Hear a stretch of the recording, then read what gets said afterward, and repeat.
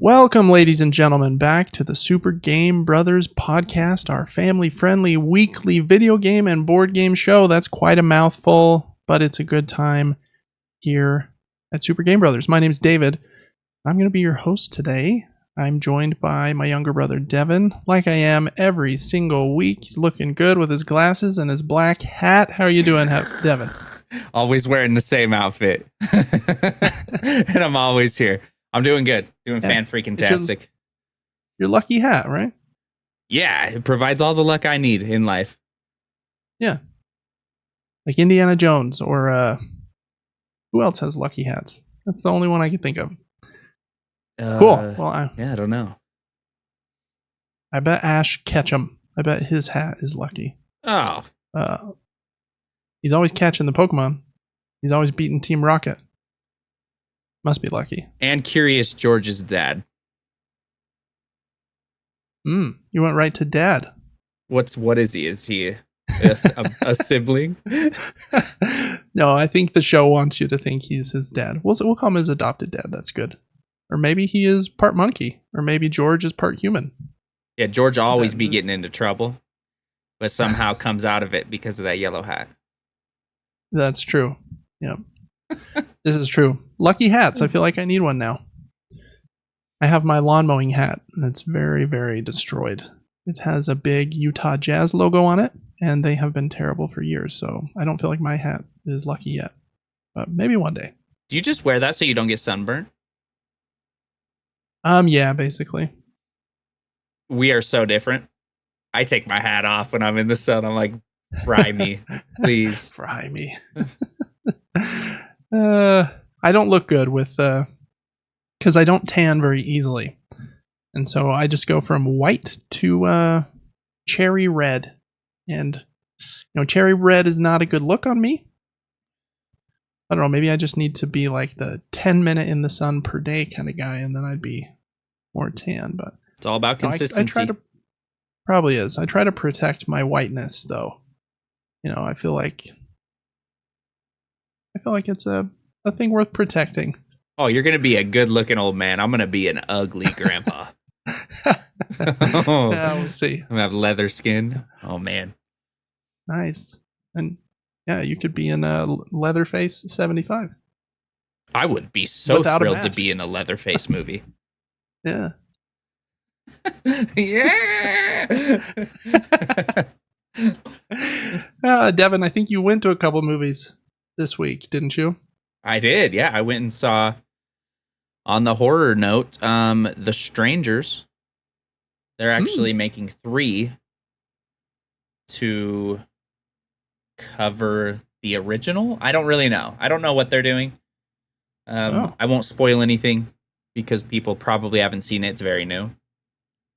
But I enjoyed it. I don't think it was the best movie or the worst movie I've ever seen. But I was thoroughly entertained the whole time. My mind wasn't elsewhere. The main actress was very cute. It was good. It was good. It was good. All right. So you said 3 movies to kind of follow the plot of the original with Liv Tyler. What is where did this one end? Did they just knock on the door? Yeah. The bad guys just traveled the whole movie by plane. Yeah, they landed to the location. No, crap. I don't know if I should. You don't have to tell me. Yeah, I don't know if I should say. I don't know if I should say. Okay. Cool. Yeah, I feel like that kind of movie is very scary, like home invasion kind of movies. They're more scary to my wife than they are to me. I was gonna say girls fear the invasion or break-in movies like Disturbia. Girls are like, that's the scariest movie I've ever seen. Disturbia. Disturbia. Yeah, that's like, funny. Isn't that a comedy? Well, no, it's not a comedy. It's no, I know it's the one with Shia LaBeouf, right? Oh yeah. But it's like only slightly scary. It's like a thriller. Yeah, it's enjoyable, and I love Shia. Yeah, it's an okay show. He's funny. Yeah, that's funny. Yeah, but I'm more scared by aliens and Backtracking. Hold on, I just called him Shyla. I like Shia LaBeouf. Just so everybody knows, I know his name. Goodness. I'm glad we corrected that. He might have popped through the wall and given you the "just do it" speech. Oh yeah. You hadn't it. Just say Shia. I don't want to just do it right now. Did you see another movie or just that one? No, I planned on going to Mad Max Furiosa the next day. Yeah. It's supposed to be fantastic. That's got a 7.9 on IMDb right now, which is extremely high for a movie. That is. Anything over 7 is usually like probably going to be a banger. Yes. So I was like, holy, I gotta see this. But there's been a lot of hate on the show. But then I also see people saying, it's so freaking good. You've got to see it. This is my first Mad Max movie. I'm so glad I got introduced to the series through this film because I think it is a precursor, is that the right word, to the Tom Hardy Mad Max movie? Yeah, prequel. I think it's the same character as Charlize Theron's character in that one, right? Oh, okay. I think. Yeah, I'm excited to watch that. I'll probably go either tomorrow. Nope. Maybe tomorrow. I don't know, or next week. I have a lot of credit to the theater, so it's been free for me to go. Nice. You're rolling in there like a high roller. Swiping the gift card, swiping a soda and a popcorn. I swiped the gift card. I said, layer that popcorn with butter. No, you've got to layer it, though. Card at him. Yeah. No, I have like 4 gift cards on my theater account, and they all have like different amounts on them, so I had to keep like pulling up different barcodes to pay for everything. Oh, funny. Yeah. Cinemark or Megaplex? It was Cinemark. I'm actually starting to like Cinemark better. I never thought I'd say that. Ditto. I'm a Cinemark like Plus member or whatever they call it. One of their subscribers. So you pay like $11 a month. You get a free movie credit. You get like 20% off concessions, maybe 25. And just from that alone, man, it's super nice. And they have recliners. I feel like their screens aren't quite as big as like Megaplex is, but they're always way less busy, which is also a nice thing. I think that their screens are brighter, so they look clearer. Yeah. And have you ever been in an XD theater? Because wow, I have once. We saw Tenet in XD forever ago. I went to Tenet in the theater, and I thought I was so funny.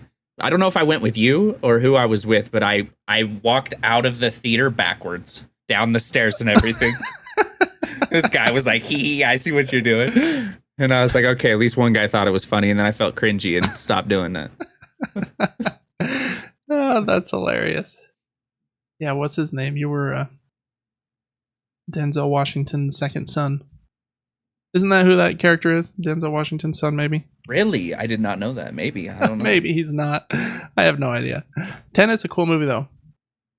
Any movie by the wonderful Christopher Nolan is kind of a banger, so that is a good one.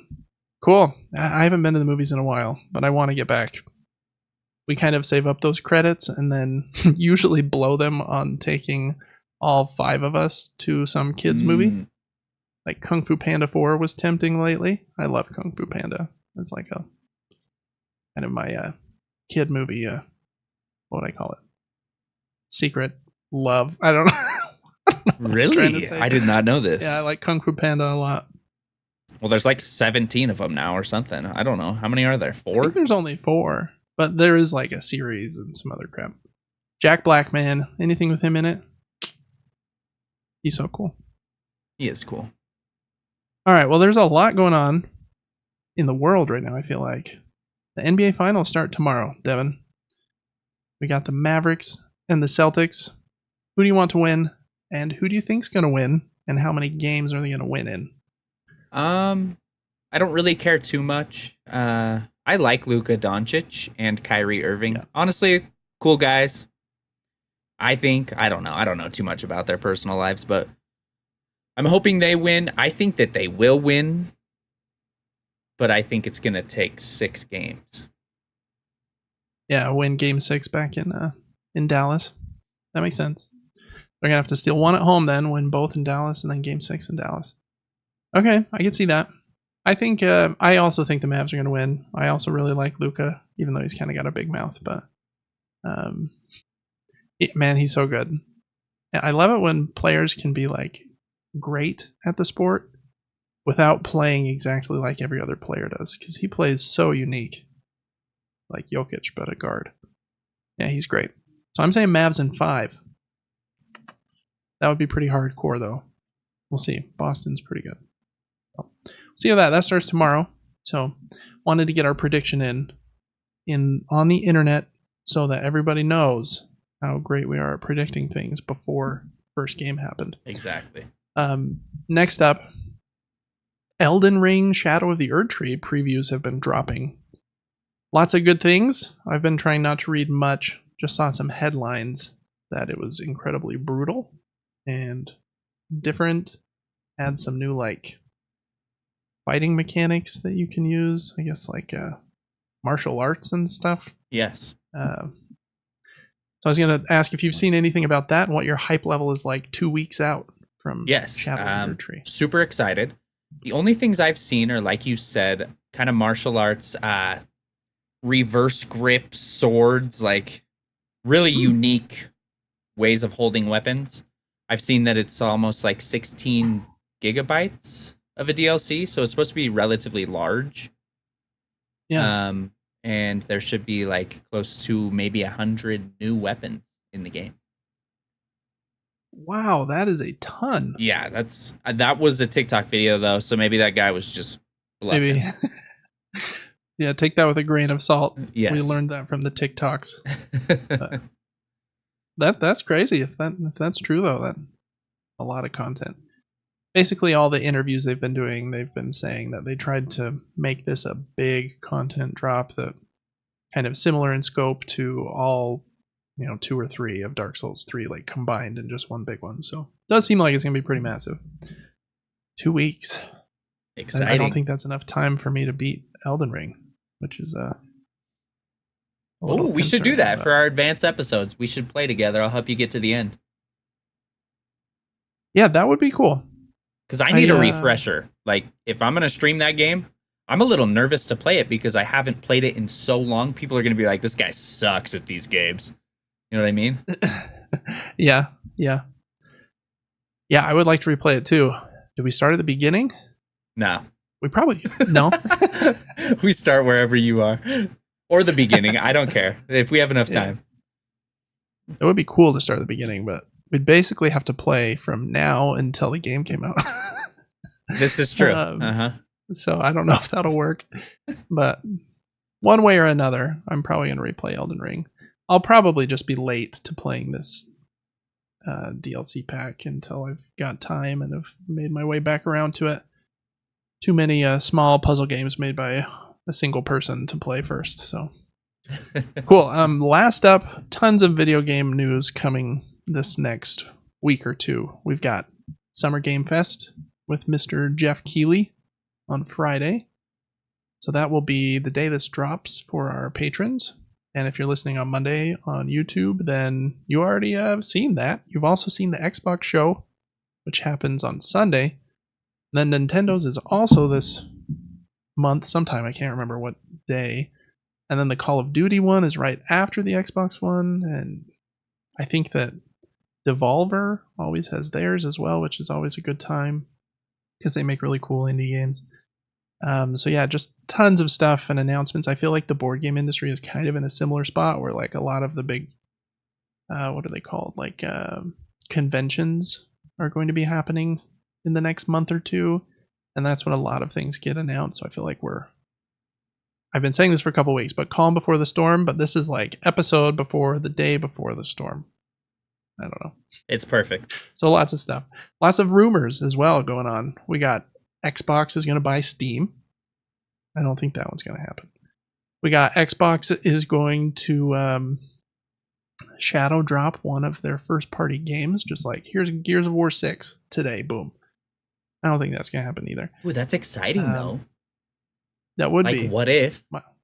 Yeah, that'd be cool. Microsoft has a ton of studios and a lot of stuff that's they're working on, so they could have a big show. The Blade game from them should be shown, I would imagine, and the Indiana Jones one as well. I know Rare, who makes Sea of Thieves, I think they announced their next game called Everwild, and some people think it might be shown again. They're supposedly working on a Steam Deck competitor. Everyone thinks that's going to be shown, and that there's going to be a new Doom game announced. So I don't know. It seems like their Sunday show is going to be pretty big, and Xbox needs a big pop right now. So it needs to be big. So Phil Spencer, who I know listens to this podcast every week. Love Phil. Yeah, Phil. He's the president of Microsoft Studios, I believe. He, yeah, you know what? Pull some extra things in there for your show on Sunday, Phil, just for me. Love it. So yeah, lots of stuff. I know Alan Wake 2 DLC is also rumored. There's this horror game that I think is being made by the creator of Silent Hill called Splitterhead. It's a terrible, weird name. Awesome. But it's about these. It's a horror game where like people's heads like kind of like split open and there's this like creature monster inside. That's supposed to be finally like gameplay shown. So should be some fun stuff this next week, which will make our next few episodes probably too long, but it'll be fun to talk about. So I wanted to real quick just give a couple just totally wild predictions for the shows that are going to happen in this next week. First one, I think this would be funny because I don't think it's ever happened before. Basically, Sony and Nintendo and Microsoft, they do not like mentioning each other, right? We pretend they don't exist, and that's kind of our marketing rule, is we don't mention them. Since Xbox has started releasing their games on PlayStation, it seems like kind of they could, yeah, I don't know. It seems like it's probably time for them to kind of acknowledge it. So I think they're going to announce a game, whatever that game is, Gears of War 6 or I don't know, something is coming to Xbox Series S and X and PC and either other platforms or PlayStation 5. So that would be a fun thing to see. That's my first one. And my second one is Pie in the Sky.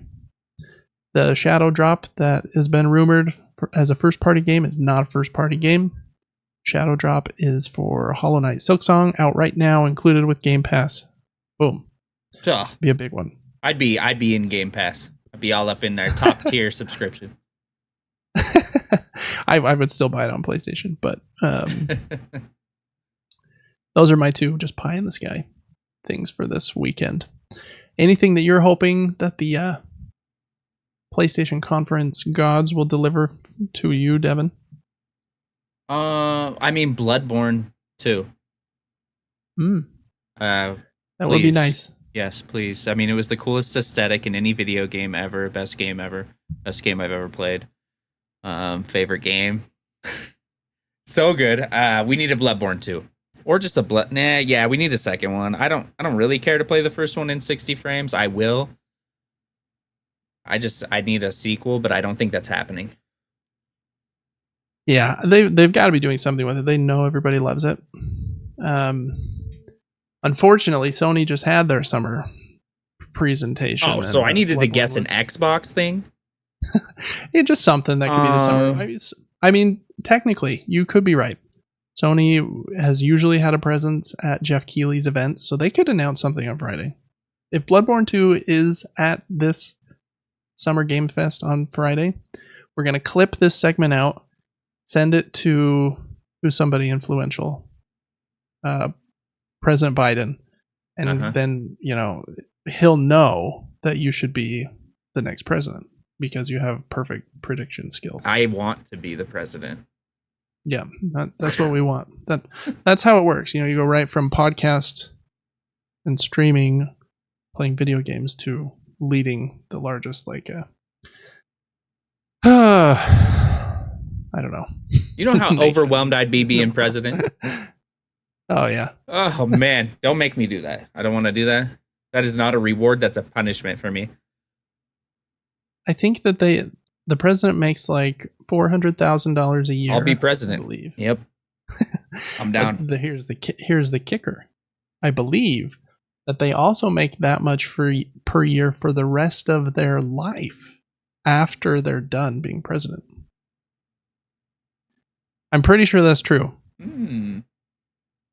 I might have just pulled that out of nowhere, but so Devin, I think you have to be 40 or 45 maybe to be president. So right when you're 45, pull that off, and then you could have some pretty good money for till you're 90. That sounds nice. Cool. I'm trying to think of a prediction for Xbox, and I don't know. I don't know Xbox well enough. Let me think.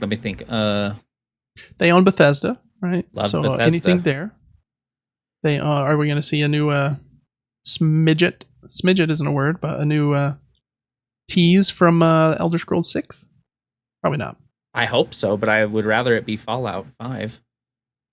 Yeah, that's not happening though. Probably not. Probably not. Nope. Yeah, and then they've got like the Halo team and the Gears of War team, and what else do they own? They own Obsidian, who I think is doing the Outer Worlds too, maybe? I can't remember if that's been announced. Anyways, who knows? It'll be fun to watch. We'll talk about what happened on those shows later. Here at the beginning of the show, just want to do a quick call out to our Patreon. That's how you can directly support us, help the show to continue into the future. We also try to give you as much content and cool perks over there as possible to really try and earn your dollars. And, I think that we have a really good value. Our Patreon isn't trying to nickel and dime everybody. It's not like $50 tier, $300 tier, and I'll send you my bath water for $5,000. Oh, yeah. None of that here.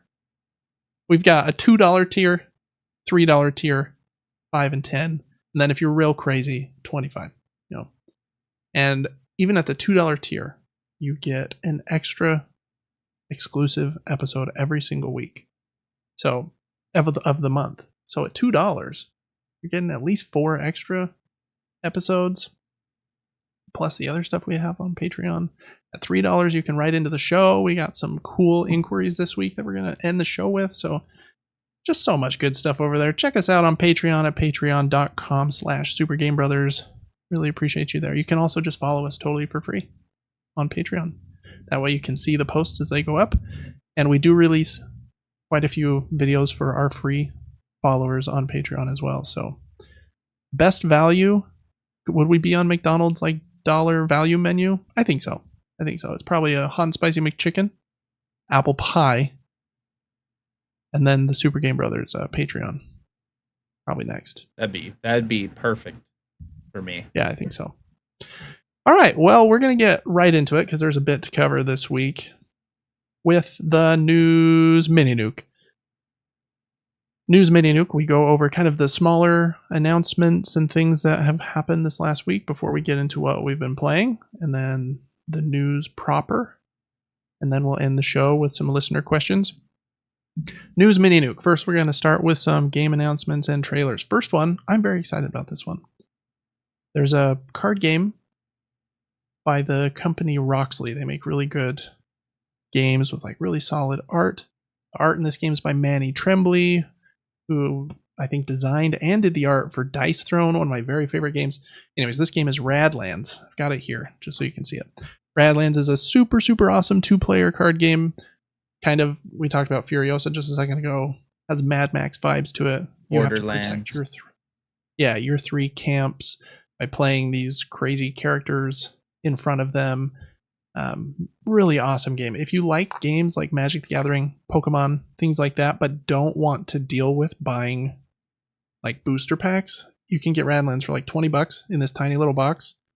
And there's a lot going on in here. And this thing I'm going to talk about is the only extra thing you can buy, unless you were really crazy and wanted to buy like a playmat or like some deluxe components. But Radlands is getting an expansion. It's going to be the first and last expansion. It's called Cult of the Chrome. Or of Chrome, not of the Chrome. Cult of Chrome. And it looks really cool. They haven't released very much about it other than a couple pieces of artwork, but the designer did kind of release a statement on what his intentions with it were, and they've released some verbiage here. So I'm going to read this little quote. They said, quote, "This high-octane expansion introduces 32 new camps that bring devastating combos, clutch play, and endless replayability for the aspiring Radlands Dieselhead. This pack also features 10 rebalanced replacement camps to shift your existing copy of Radlands into high gear." So one of the big rules that he had for this expansion was he wanted to make sure it also fit in the box. So, love that. And the camps are kind of the main bit of variability in the game. At the beginning of the game, you shuffle some of them and then give some to your opponent, and you get some. I think you each get 6, and then you choose 3 of them. And each camp has a special ability, and how those combo together is like really cool. So just kind of, I think it doubles the number of camps. So I'm really excited about that. I don't think it should be a very expensive expansion, at least for me, who has like the regular retail version of Radlands. There is like an ultra deluxe one where the cards aren't paper.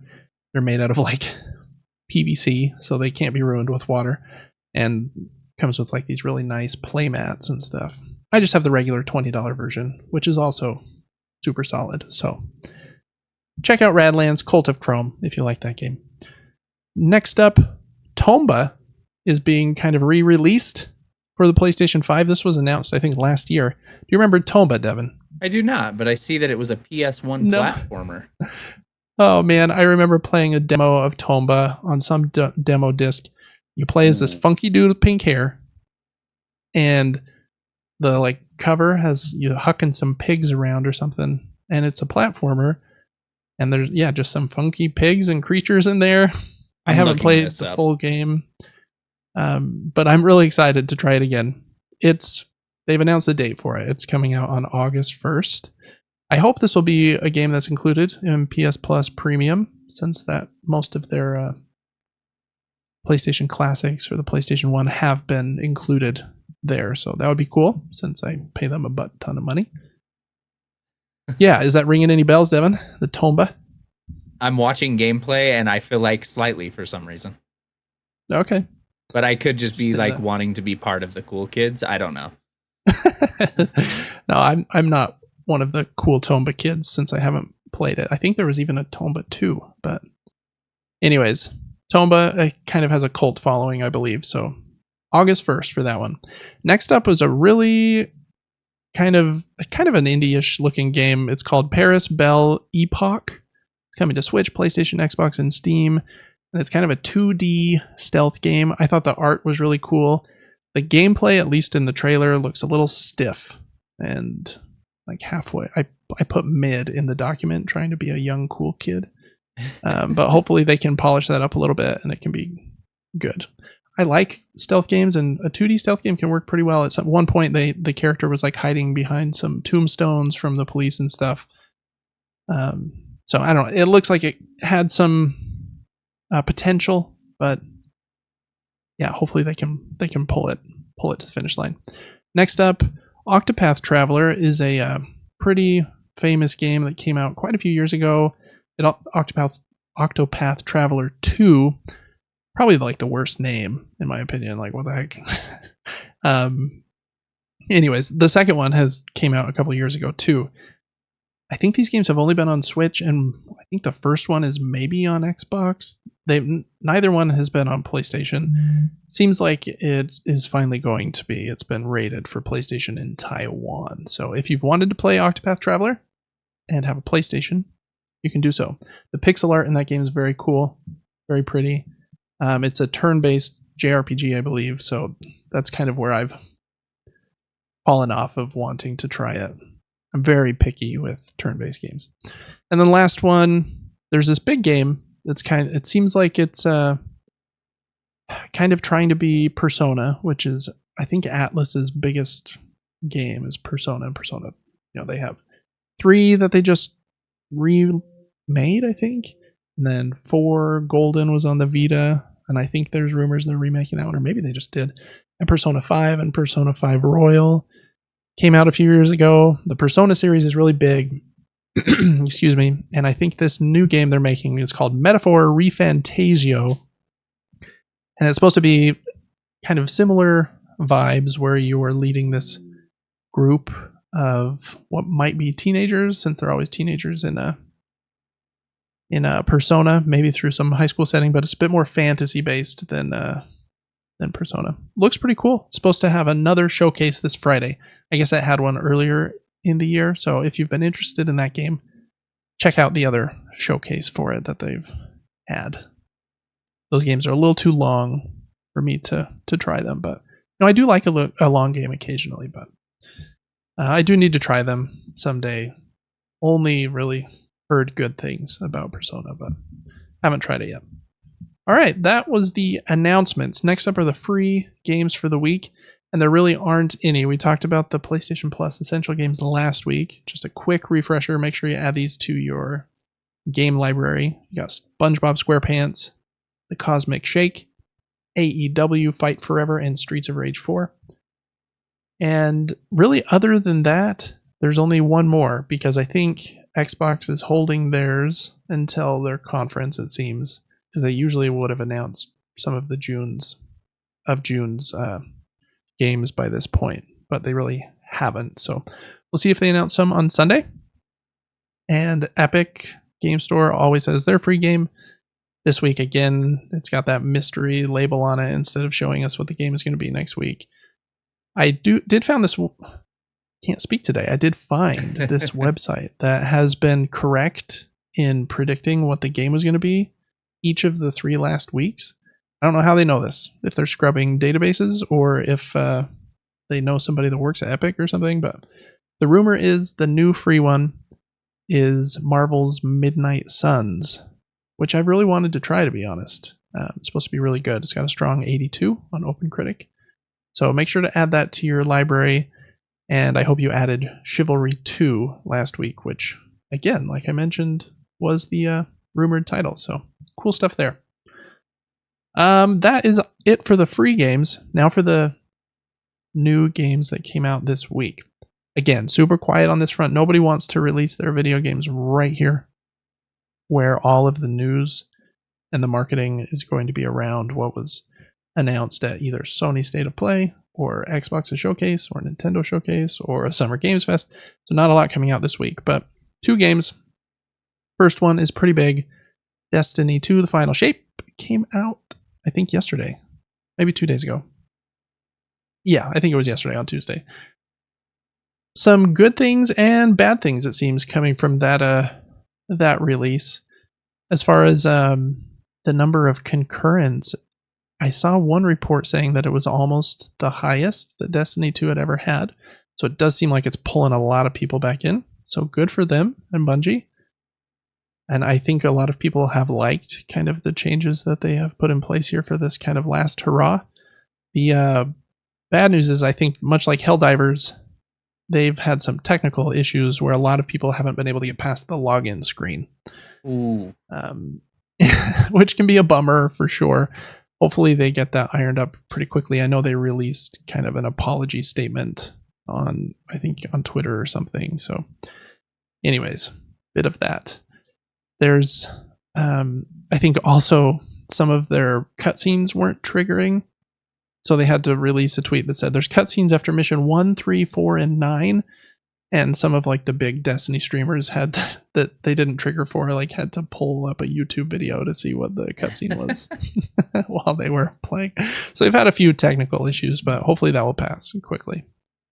No reviews really for that yet. Games like that are hard to review and nail down, especially before launch, because they're kind of all about like the community events and the raids and stuff like that. So if you like Destiny, you probably know what you're getting yourself into, though. So more Destiny. Then the other game is kind of a cool looking game. It was made by Ilphonic, I believe, who made the Predator game, which was, I think, a 3v1 game where 3 humans played against Predator. And like the Predator had his like invisibility powers. It came out like 4 or 5 years ago. And this game is called Killer Clowns from Outer Space, the game. And I think it's also like a multiplayer game where some of you might be playing as people trying to escape the killer clowns, and some of you, maybe just a single one, is playing as a clown. I'm not sure. It didn't review super well, but a lot of these games like this, they don't need to like be critical darlings and review very well for them to take off. So I wonder if people are playing it, how it's performing on Twitch and other platforms. Has a fair 69 on OpenCritic, but that might not matter. Reminds me of like Dead by Daylight, which I would not give a very high review score to, but man, people play the crap out of that game. They do. Yes. It also reminds me of Friday the 13th, that game. I think there was a Texas Chainsaw one that maybe came out. Seems similar. Yeah. Yep, exactly. I was actually recommended this game from this a Killer girl. Clowns one? Yeah, she's like, you should try this game out. And I watched a video for it. It looks hilarious. Like, it's like comic horror in a way. Yeah. And so I would say that's about the score I would have assumed it would have received. Yeah, just around a 7. Yep. That makes sense to me too. Alrighty. Well, that was the news mini nuke for the week. Not a lot in there. I think my pick of the week is that Radlands expansion. They haven't announced when it's coming out. Or I guess, yeah, when you can buy it, but only that it's coming later this year. So, Radlands, so good. All right, next segment is what we are playing. I've been playing a few things. Devin, why don't you start us off like normal? I didn't add in anything that in your section here or make any edits, so you just tell me what you've been playing. I think the only game that I have been playing is the Mass Effect Legendary Edition. As far as I can remember, I don't think I've touched another game in the past week, but we've been blasting through them. We finished number 1 in like 12 hours, probably, and the same thing with number 2. People didn't like that because I wasn't thorough enough, and we lost a lot of we lost a lot of troops in those games. And those games carry on. Like all your progression, every choice you make has some what's the word? Consequence. A consequence later on. And everyone's like, you got to save everyone. But then I was thinking about it and I said, why do I got to do that? For what reason? I don't have to play this game like you. You know what I mean? It's just, it's a story you're playing. Like, why does it have to be perfect? And I was like, okay, we're going to get the upgrades we like. And as long as we're having fun, we're going to do the missions we want to do and just kind of weasel our way through side missions and wherever it takes us until we get to 3. And that's what we did. We ended up losing a lot of people. I wasn't emotionally attached to these people, but a lot of people in stream were, and they didn't like that. But we're currently on number 3, the best of the series by far. It's not even close. It plays much better. The upgrade system's fun. You actually have a weight capacity system, which is super unique. So, for example, I'm able to carry 5 guns, but if I choose to do so, my weight is so high that my powers get a really big nerf and they don't regen very fast. So what we've done is we've decided to upgrade just pistols in the game with damage and weight. And so we have the maximum benefit of power regen. So I'm throwing fireballs like Dr. Mario or whatever he throws, whoever throws the fireballs, white Mario, white overall Mario. I don't know.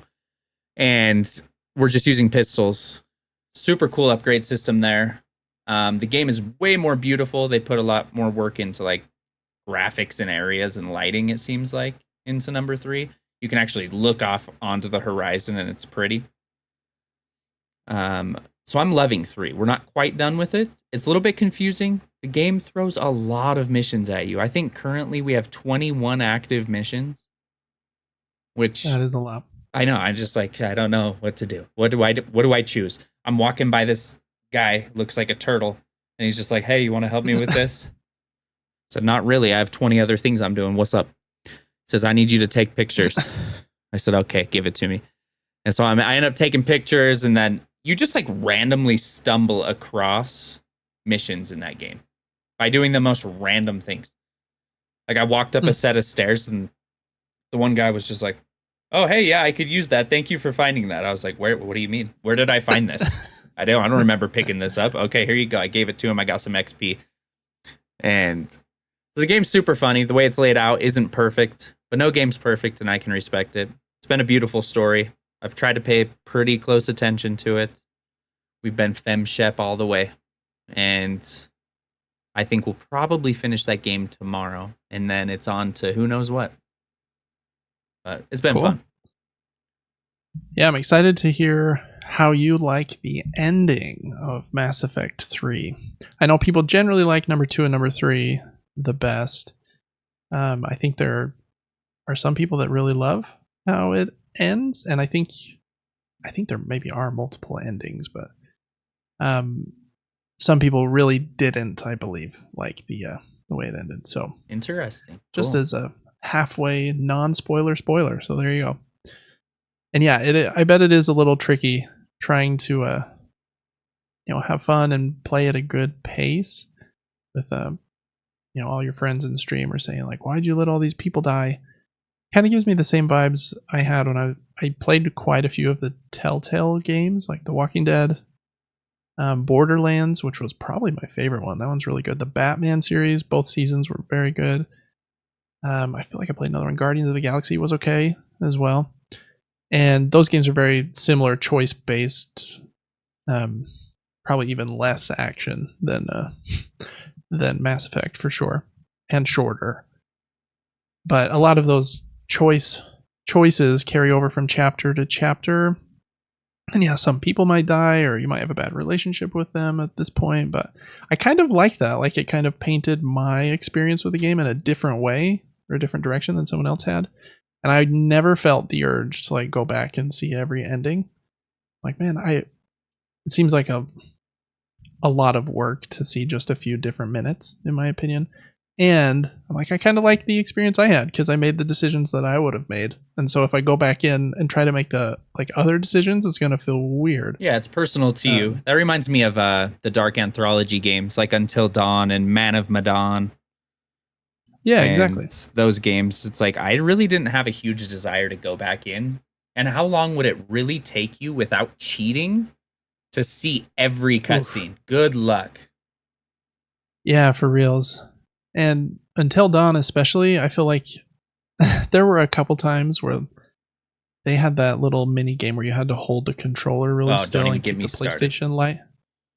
And I swear I held still. But right at like the end of the game, one of the main characters like got her head ripped off because it said I didn't hold still, and I was like, oh man, I really wanted to save her. I feel like I was doing what I needed to. Mm-hmm. So that one was a little frustrating in that way.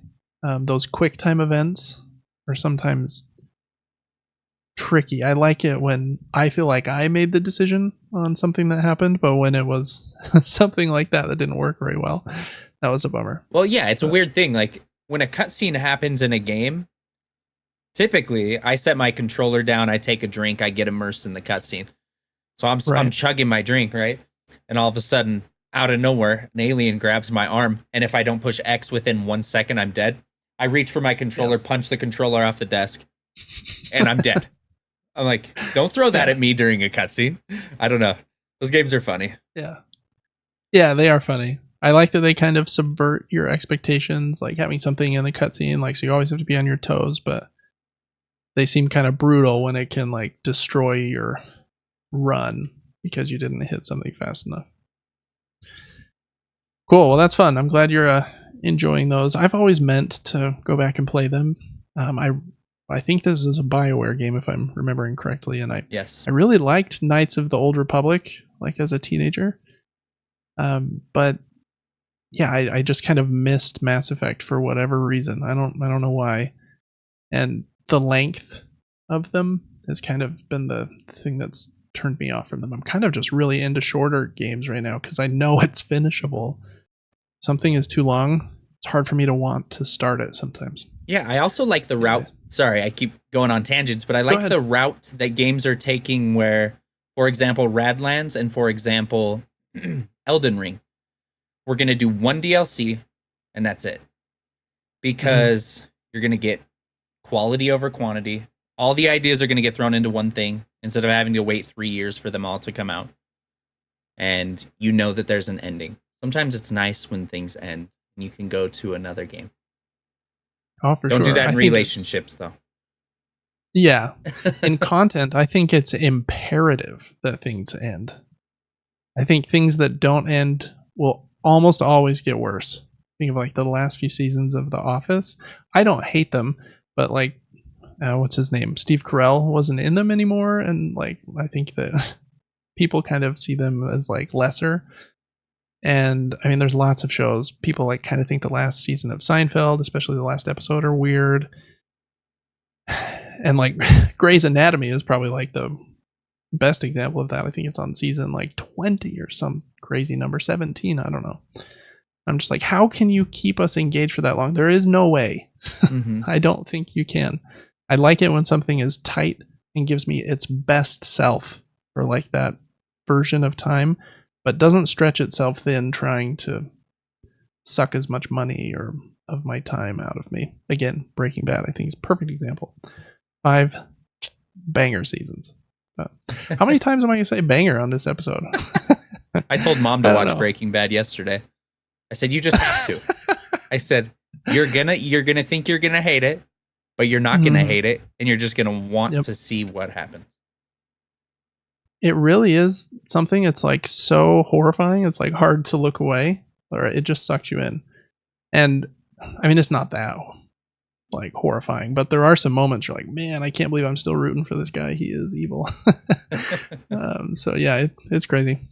But yeah, some of those like good shows, you gotta watch them.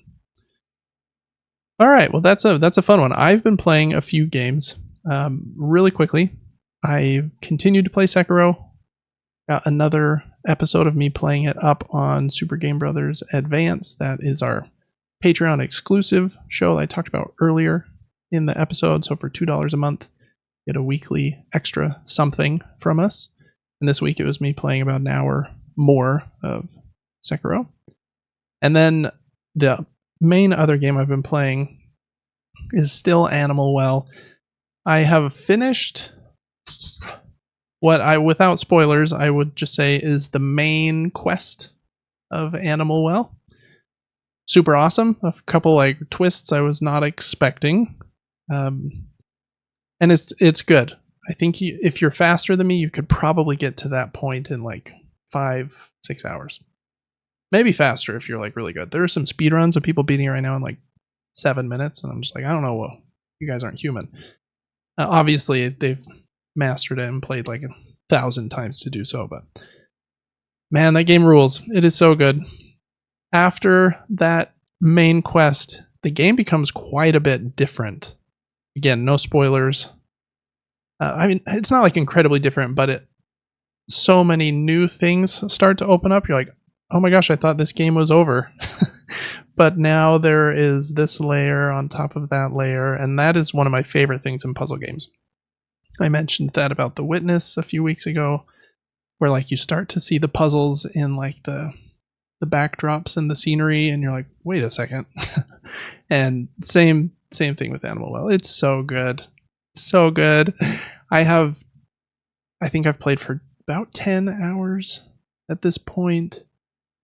So I have 10 playthrough segments up on YouTube. I think number 10 goes up the Monday that this will go live on YouTube. So such good stuff. Even if you don't want to play it, just kind of pimping my own stuff, watch some of my videos for a few minutes just to see how creative it is with just the weirdest items. You're used to like a Metroidvania giving you things like, okay, here's a double jump, or here's like you can now wall jump, attached to a wall, or try that you can slide now to slide through tight areas. Those are like very common ones, right?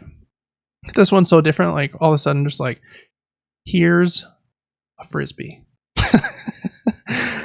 here's a yo-yo, and here's a little wand that blows bubbles. Oh man, but it's amazing. It's so good. Funny. Animal Well is awesome. It's my favorite game of the year for sure, at least so far. Yeah, really love it. I'm excited to finish the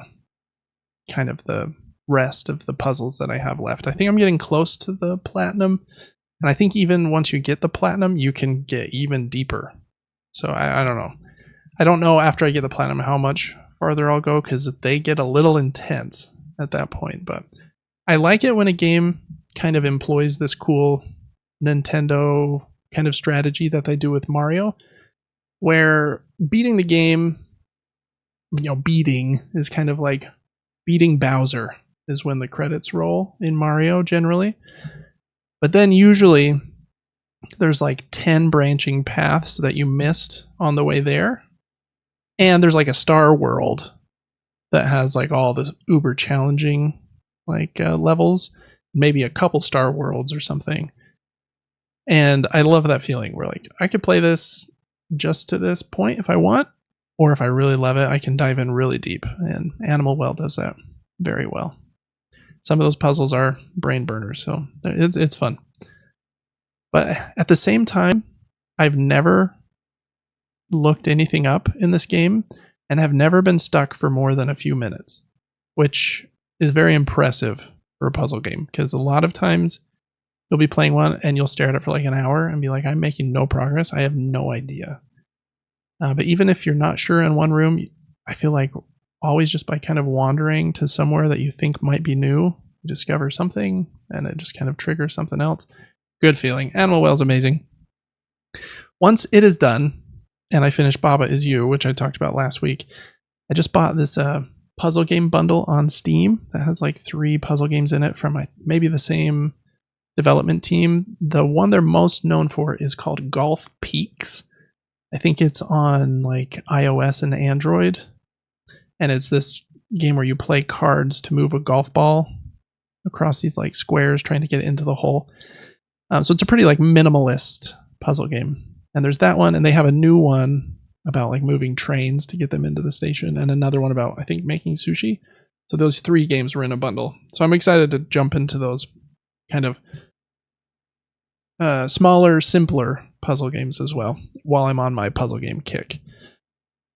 Yeah, I'm not even sure what the next like big game is that I'm really excited to play, because I'm overwhelmed by Elden Ring.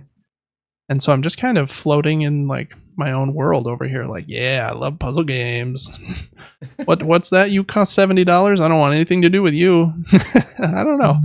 I'm sure I'll come back. I do like the big blockbusters as well, but man, I love a good indie game. Something that's new and creative. So fun. Everyone play Animal Well. I've said this on like every episode. You have PlayStation Plus Extra. It is free for you, so play it. See what the yo-yo and the frisbee are all about. Blow some bubbles. Find some cool eggs. Game rules. Alright, that's all the video games I've been playing. As far as board games are concerned, I was only able to have a single game night this last week, which made me a little bit sad, but I played a good game. So maybe I'll start. I don't know if you have a board game to surprise me with afterwards, but I'll let you think on that for a sec. And I'm not going to hold it up. I've held this game up, I think, the last couple weeks, but I played the White Castle again. And yeah, really, really love this game still. I don't know that I have much more to say about it, but it's basically, you have 9 turns in the game, and in those 9 turns you're trying to get as many of your 15 clan members into this White Castle as possible. Your clan members are either courtiers that hang out in the castle, samurai that hang out in the training grounds, or gardeners that hang out by the bridges. And the game is pretty simple to play. It's dice drafting, so you take a die off one of the bridges, then place it somewhere on the board, and based on what number it is and where you placed it, you do some stuff. So it's pretty simple to play, but figuring out like the combo-tastic nature of it is not as simple. So it takes maybe a play or 2 until you really start to click with it. But once you do, and you're able to have a wicked turn where, I saved up some money and some pearls and some rice and some iron, and now I'm going to have a turn where I put 4 meeples out because this combos into this, which combos into this action, which lets me do this, and now I'm out of resources, but that turn was wicked. It's a good feeling. So the game's really great, especially for a game that at 2 players I think you could play in an hour.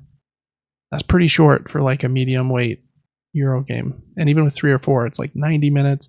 Might be 2 hours if you're slow or if it's your first time playing, but 90 minutes is a sweet spot for me. I think a game just starts to get good at about an hour, and so I need another 30 minutes before like I want it to end because I'm getting to the good part. Anyways, the White Castle really rules. As another plug for my stuff, I've started doing board game reviews on my board game YouTube channel, Gaming Top Down, and I've done a review of the White Castle where I show the game, show how I store it in the box to make setup as easy as possible. I then go through not every rule, but I explain how to play the game, and then I go through my review steps. And it's kind of silly. My review, I use the David's framework since it's, my channel. I'll do what I want. The David's framework is I talk about the duration, how long the game take to play, the aesthetics, what's the game look like, the illustrations and artwork cool, the variability. Is it the same game to game or does it feel different and fresh if I play again? How innovative it is. The game doesn't have to be innovative to be good, but if a game has a new idea, like that's way cool. The decision space, which is basically, do I get to make meaningful decisions or does the game kind of play itself because the moves are so obvious? Decision space, you want to have a good decision space. And then the smoothness is the S. So that's David's, that's my acronym. And I go through all, 6 of those things, and then give a final score to my game, the game reviews over there. So got a review up for the White Castle if you want to check that out. Also have a review up for the other game I've been super high on lately, Sand, both from DeVere, the same company. So check those out over on my YouTube channel. I've got a game night tomorrow, so I'm excited to play some games then, and I'll probably play a little bit more over the weekend too. So hopefully some more good board games to talk about next week. Alrighty. That is what we've been playing. And the news mini nuke. So now we are at the news proper. This week, there really, like I mentioned, isn't like a ton of news. Apart from Sony has already had their state of play. So we're going to go over that in earnest, which is going to take a bit. And so in board games, there's really like not any news. There was a couple things that I thought were kind of funny. Like there's this German designer who's uber famous. His name is Uwe Rosenberg. He made Feast for Odin, which is right here behind my head. You can't see it. It's right off camera next to Cryo. And Patchwork and Agricola. Agricola was the #1 rated game of all time on Board Game Geek for, I think, a few years. So he's made like some of the most well-known worker placement games ever. He's making a game with like a university in Germany to try and help teach kids like some science principles, which I thought was kind of funny. But other than things like that, there wasn't a lot of board game news. So after we talk about video game news, we'll hop into Crowdfunding Corner, where we're going to talk about 4 games that are in crowdfunding on Kickstarter that I think look pretty awesome. But before we do that, let's jump into the video game news. And Devin, we had bad timing last week. The state of play was the day after we recorded, so people have already seen this, 6 days ago. But I hope if you're listening, you'll keep listening to this segment. I didn't watch it on purpose until today, so this is all fresh for David. But I did watch the entire presentation. I guess before we go over each item, some of them we'll go through really fast. What did you think about this state of play? How do you think it... was it like, is it high quality for the month of June and the expectations we have with like E3 and then Microsoft and Summer Game Fest seeming like they're going to have bangers of shows? Was this state of play enough? Was it good? If you were going to rate it out of 10, what would you give it? 6. Okay, yeah, I think I'm right about there with you. A couple cool things. I might even go to a 5, but I was going to say 6 as well, but maybe to not copy you, I'll say 5. Yeah, I was slightly underwhelmed and sad. Yeah. I wasn't even fully whelmed. You got overwhelmed, whelmed, and then underwhelmed. I was slightly leaning towards underwhelmed. So, Yeah, I don't think it was great. There are some cool things in here for sure, but I don't know. It just kind of goes in line with what we said last week, and I think CFO saying that they're not going to have any huge splashes on their financials, so like huge profits from big new games dropping until 2025. So this state of play paired with that seems to make sense to me. But All right. Well, at 2 5 out of 10s, now I bet the audience is super pumped to hear about these 15 things.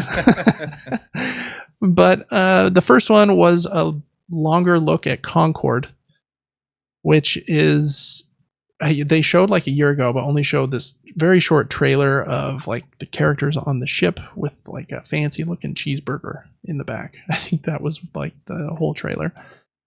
So they started with a character vignette, is what they called it. A little like story trailer.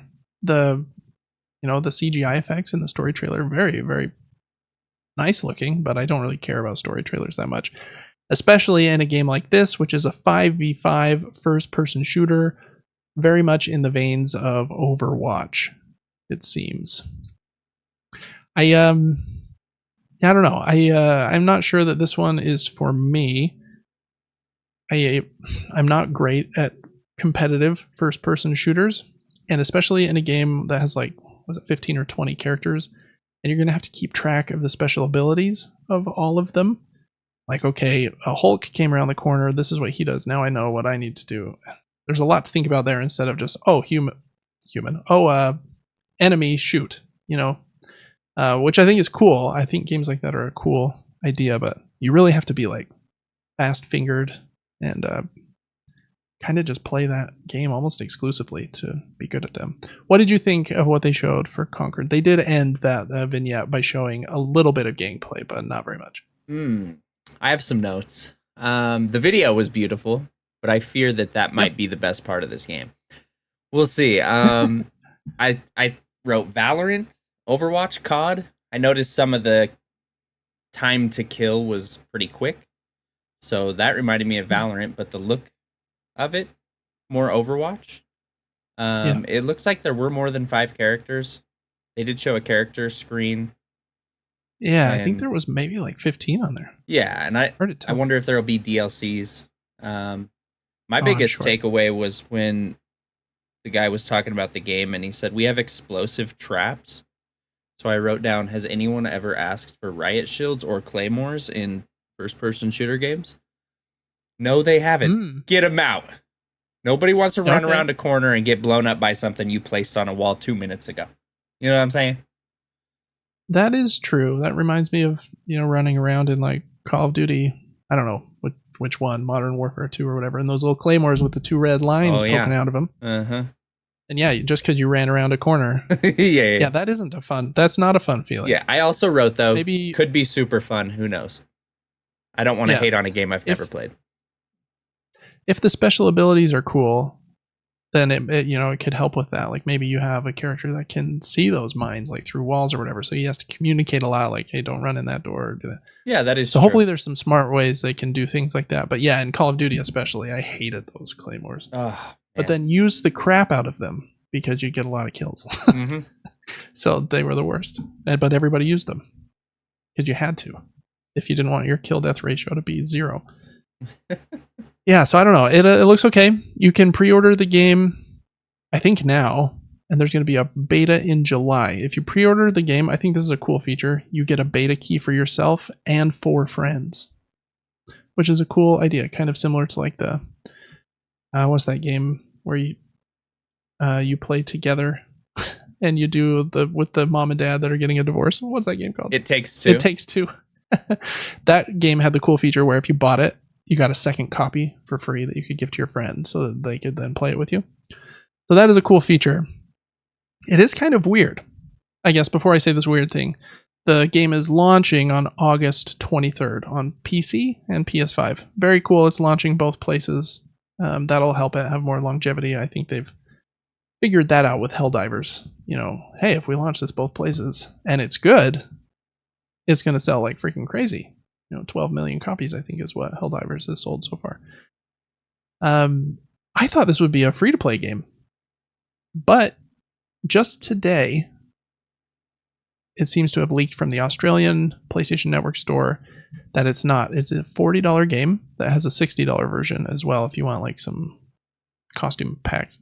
Costume's not the right word. Skin packs or whatever. So kind of interesting. I hope that this means that much like Helldivers, they will be lighter on the microtransactions and have the game be more fully fleshed out because I'm paying you up front for it. I'm sure that after Helldivers, they're seeing dollar signs like, okay, if we can sell 12 million copies at $40 each, that's a lot of money. But they've got to earn it. This can't feel like a game where I need to pay $1 a day to open loot packs, or else, that would be bad. So we'll see what that looks like. I do like the $40 price point, though. Yeah. I think that's a solid point. It makes it easier for you to get your friends to maybe try it out if you're really vibing with it. So I think that's a cool strategy. I just don't know if the game will be for me. Helldivers is unique in that, well, it's not unique, but since it's PvE, it's easier to like get your friends in. Like, yeah, we're just going to shoot some giant bugs and laugh and maybe have some adult beverages or whatever and have a good time.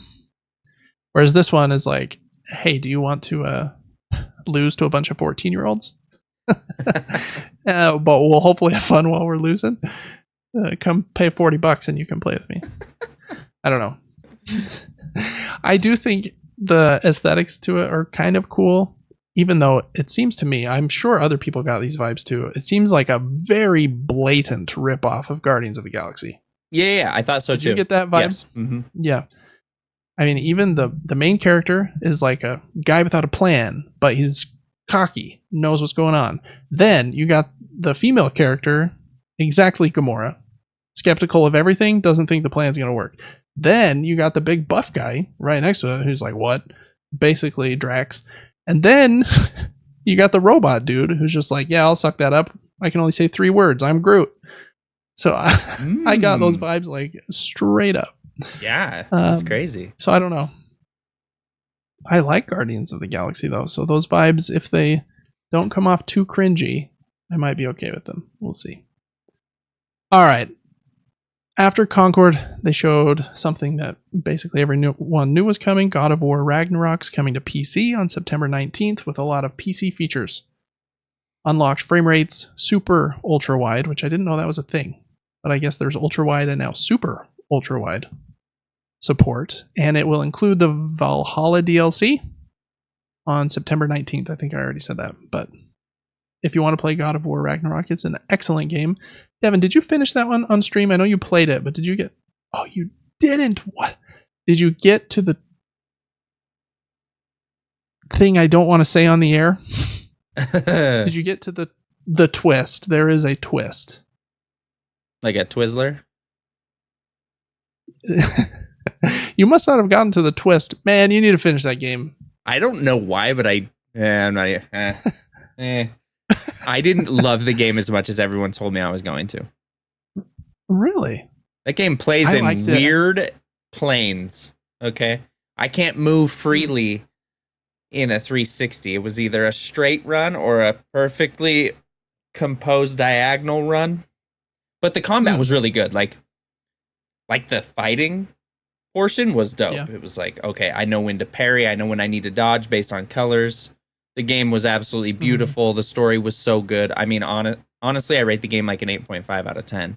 Like, I thought the game was cool, but I don't know. Yeah. Okay. Yeah, I agree, though. Kratos is definitely a bit rigid. He's not, like, moving around very freely. Feels like a buff old man. Like, oh, how do I move? But I don't know. God of War Ragnarok's really great. I liked it better than the original God of War. It's bigger. Platinum's fun to get. Cool enemies, cool boss fights, cool twist, cool ending. It's great. So check that out. Next one up, a game I care very little about, but I thought, kind of looked all right. It's called Dynasty Warriors Origins. There's been a lot of Dynasty Warriors games, basically where you play as some warrior who for some reason is stronger than everybody else, which I guess is very common in video games, actually, now that I think about it. But in this case, you like run out on a battlefield with 1,000 enemies and like swing your sword once, like Sauron. Yeah. Maybe I like this game now. But like Sauron, you swing your mace and 55 enemies fly. I may have just talked myself into buying this game because that does sound fun, actually. But I watching gameplay of these. There was like a Hyrule Warriors one where you could play as like Zelda characters. That was the closest to intriguing me into playing, but I don't know. I don't know that these games are for me. They're just kind of like a fun kind of power fantasy, in my opinion. But that's coming out in 2025 if you like Dynasty Warriors. Next one up has actually gotten a lot of buzz. Very unique looking game. It's an open world game with a little bit of platforming about taking pictures and getting new fashion outfits from a company called Intold Games. Nope, that's not right. Infold. It's an F, not a T. My bad. And the game is called Infinity Nikki. What did you think of the vibes of this one, Devin? I put Genshin and Nintendo had a baby. Yeah, I could see that. I couldn't tell if it was like a free-to-play gacha game like that, or if this is going to be a game that has a price tag, and it's really just about like having fun and gathering resources and crafting, kind of like Animal Crossing kind of vibes and like making cool outfits. If it's more in that camp, then I think it looks pretty unique and maybe fun. Yeah, I thought the art was honestly super, super cool. Yeah, I agree. I've got a quote here from the team. They said, quote, change into different outfits to fish, catch bugs with a net, or collect wool from sheep. With an in-depth gathering system, the materials Nikki finds will eventually be used to craft outfits. Whether you're in the meadow, frolicking among the flowers, or by the river, you can meet fascinating creatures, end quote. And that is kind of the vibe I got from it. It's just kind of like take pictures, make new cool dresses and outfits, and turn into a cat or meet some friends. I guess there's a beta test of it coming out in Q3, but other than that, they haven't said anything else about the game. So we'll see if it's a gacha game or not later. Next up, I thought this next one, from the trailer alone, had probably the coolest trailer in the whole state of play, in my opinion. We'll talk about it after we get through this quote and stuff, but it's called Ballad of Antara, and it's coming to PlayStation 5 next year in 2025. And it looked kind of like a Souls game, like these cool boss fights. I think this is the one that had those. Is this the game that had the boss fights? It looks like Sekiro boss fights on these like really big sprawling like planes. There were like, two games that kind of looked like Sekiro. That had that vibe. Mm-hmm. Yeah, and I can't remember if that was this one or if it was Where Winds Meet. One of the next ones we'll talk about. Yeah, and maybe it was that one. Oh, I think it is. I put a note there about very pretty boss fights. Okay, but this one also looked cool, like a Japanese Souls-like game. And then I was reading about it afterwards, and it's a free-to-play action RPG. The studio head, whose name is Yang, David, said Ballad of Antara is an action RPG. What? I don't know. I thought it was kind of funny. I'm sure that was funny, honestly. All right, reading the quote again. Ballad of Antara is an action RPG with multiple playable characters. These characters possess the power to traverse the two worlds of normalcy and unimaginable. We call them emissaries. Each emissary has its own unique class, gameplay capabilities, and enticing, mysterious story we want to tell. Finding and rallying these emissaries across the world, strengthening your forces, and discovering the truth behind the calamity of this land are your primary goals in Ballad of Antara. End of quote. So it sounds like it is a free-to-play gacha game like Genshin Impact, where you're doing a lot of roles trying to get new characters. You might have new move sets and stuff. The trailer looked very cool. It kind of had me. It tricked me. I was like, "Oh, cool! A Souls-like game that looks pretty solid." And maybe it will end up being that. We'll see. But my guess is it will lean really heavy into trying to steal $1.99 from me 55 times. Who knows? Okay, next up was their VR section of the showcase. I shouldn't say showcase, of the State of Play presentation. And they showed 2 games here. The first one is called Behemoth from Skydance Games. And it's from the team that I think made the Walking Dead Saints and Sinners games, which are pretty well regarded in the VR space. It looked pretty fun. You looked like Skyrim, kind of. You got your two arms floating out there, grabbing shields and swords and throwing arrows, all kinds of stuff to kill a lot of enemies in this fantasy world. Kind of looked like Gorn, if you've ever seen that. Kind of very violent and bloody as well. But then it did have these very giant monsters, kind of adding scale to it, where like one of them might try to step on you and it's 75 feet tall. And in VR, you can kind of see those depths. So it looked okay. Hopefully it's pretty solid. It's available this fall. And then the next one seems really cool if they can do it well, and very scary. They have shown so little of this. I think they've teased it twice, and both times the teasers were like 5 seconds long. I was so annoyed. When I figured out what this was, I was so excited. I said yes. I freaked out, and I got super engaged, and then showed me nothing. Yeah, very, very little. They like show the little tracker from Alien Isolation, and then like the thing's over. But this game was Alien Rogue Incursion, which is coming from 20th Century Games and Servios, who also makes very well regarded VR games. Holiday 2024. So this Christmas, Thanksgiving, November, December might get pushed to early next year, like many games do. We'll see. Hopefully they can nail it, because that would be a cool and very scary VR game. But all right, a couple more here before we get to the end, and end on something cool. We're flown down here in the 3 out of 10 range for a minute, but we do come back up to the 5 we mentioned. Next up was Marvel Rivals. It's a PvP shooter. I think it's also 5v5. Similar kind of Overwatch vibes to Concord, in my opinion. I don't think that it is coming out this year. Maybe it is. It's having a closed beta in July, and then I don't think it said when it was coming out. This game and Concord look like that they would be going after the same audience and would cannibalize sales from each other, in my opinion.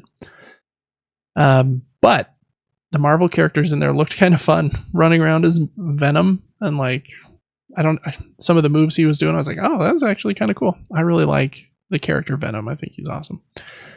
But I don't know. I'm a little marveled out, and this is like Marvel plus like a competitive shooter, so I'm not really sure. It could be cooler than Concord, or it could be more Marvel lame than Concord. What did you think about this one, Devin?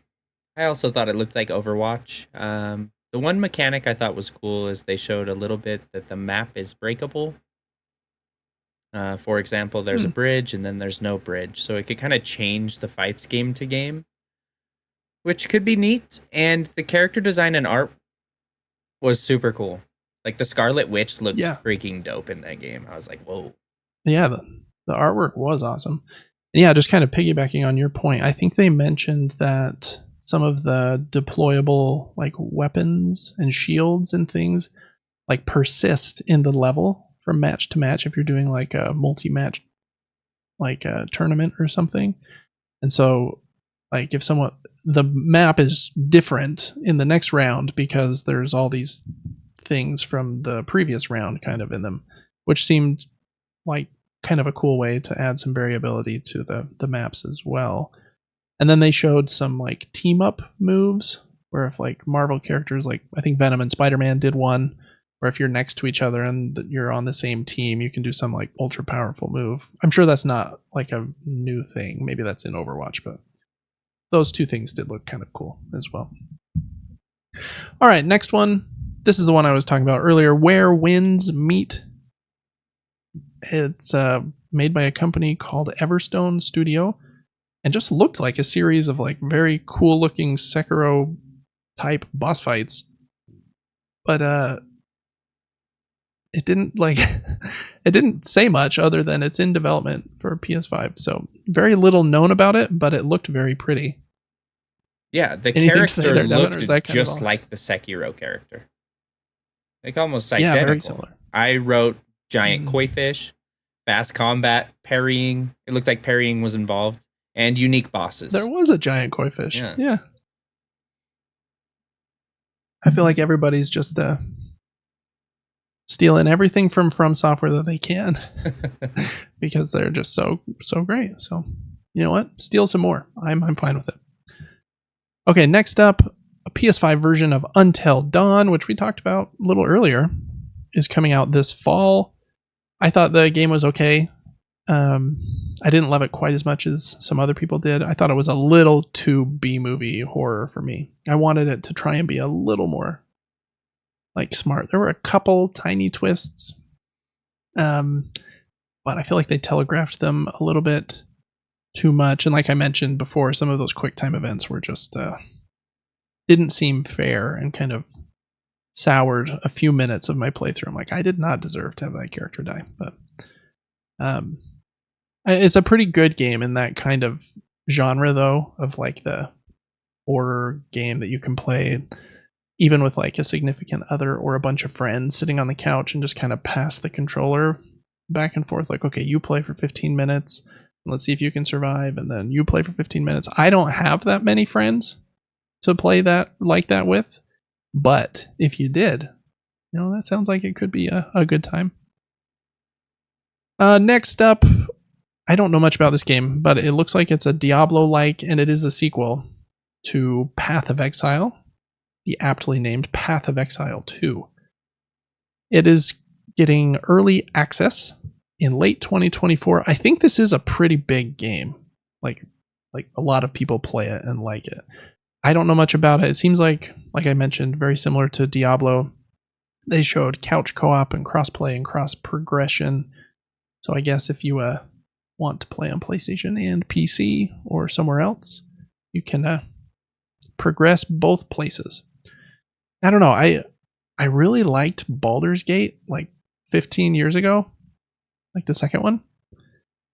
But I have never really jived very well with another game with kind of that camera angle. We have the same notes on this game.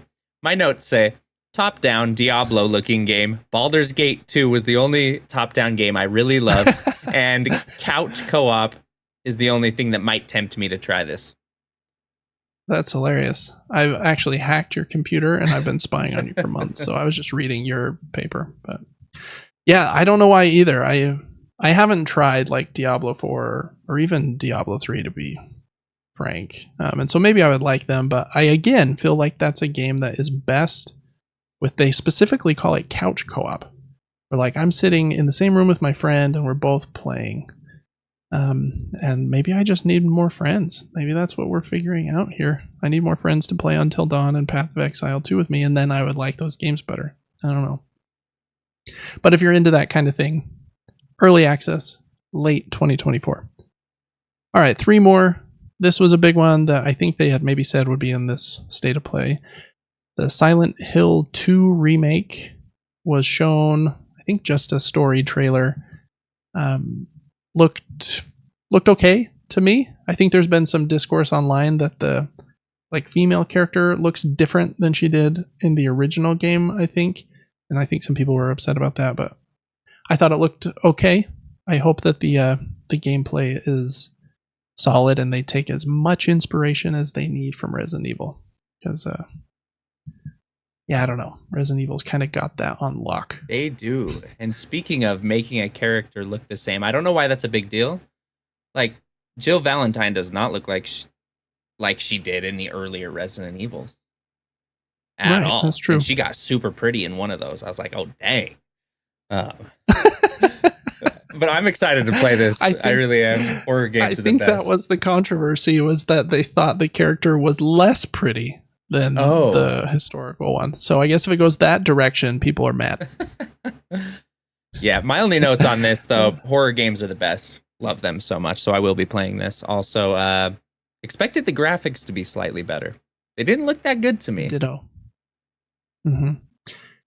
I'll need to look this up. Maybe it's coming to PlayStation 4 as well. I don't think it is. I think it's just PlayStation 5. But yeah, I kind of agreed. I thought it's hard to know with Silent Hill because they add like so much fog. I'm like, okay, does this game look like a little weird just because there's so much like fog everywhere? Or are the graphics like just a tiny bit underwhelming? Couldn't tell. That game is October 8th, so good time for Halloween. Hopefully it will be good. I really, I don't know. Bloober Team, I don't know why Konami gave them Silent Hill 2, one of like the most well-regarded psychological horror games of all time. No offense to those guys. I hope they're wonderful. And I hope this game is a 10 out of 10 banger. Yeah.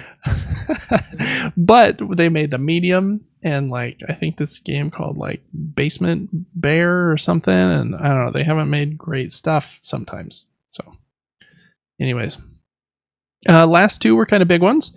The newest Monster Hunter game was shown. It's called Monster Hunter Wilds.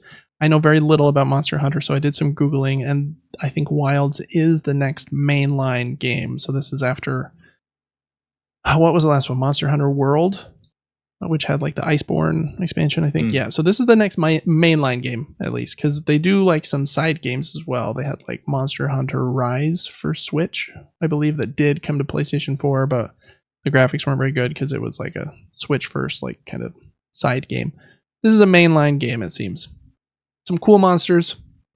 I feel like I could get into this game because it's a fun idea. Yeah. But I don't know. I've also heard they're very grindy, and that like you fight the same boss like tons of times, hoping for like, okay, what are they gonna drop this time? And hopefully it's what I need to like make this legendary weapon. And I'm not like all about that grind. But I don't know. Maybe it'll be really good. Some cool looking dudes here. Or monsters. I wrote down Chunky Frog.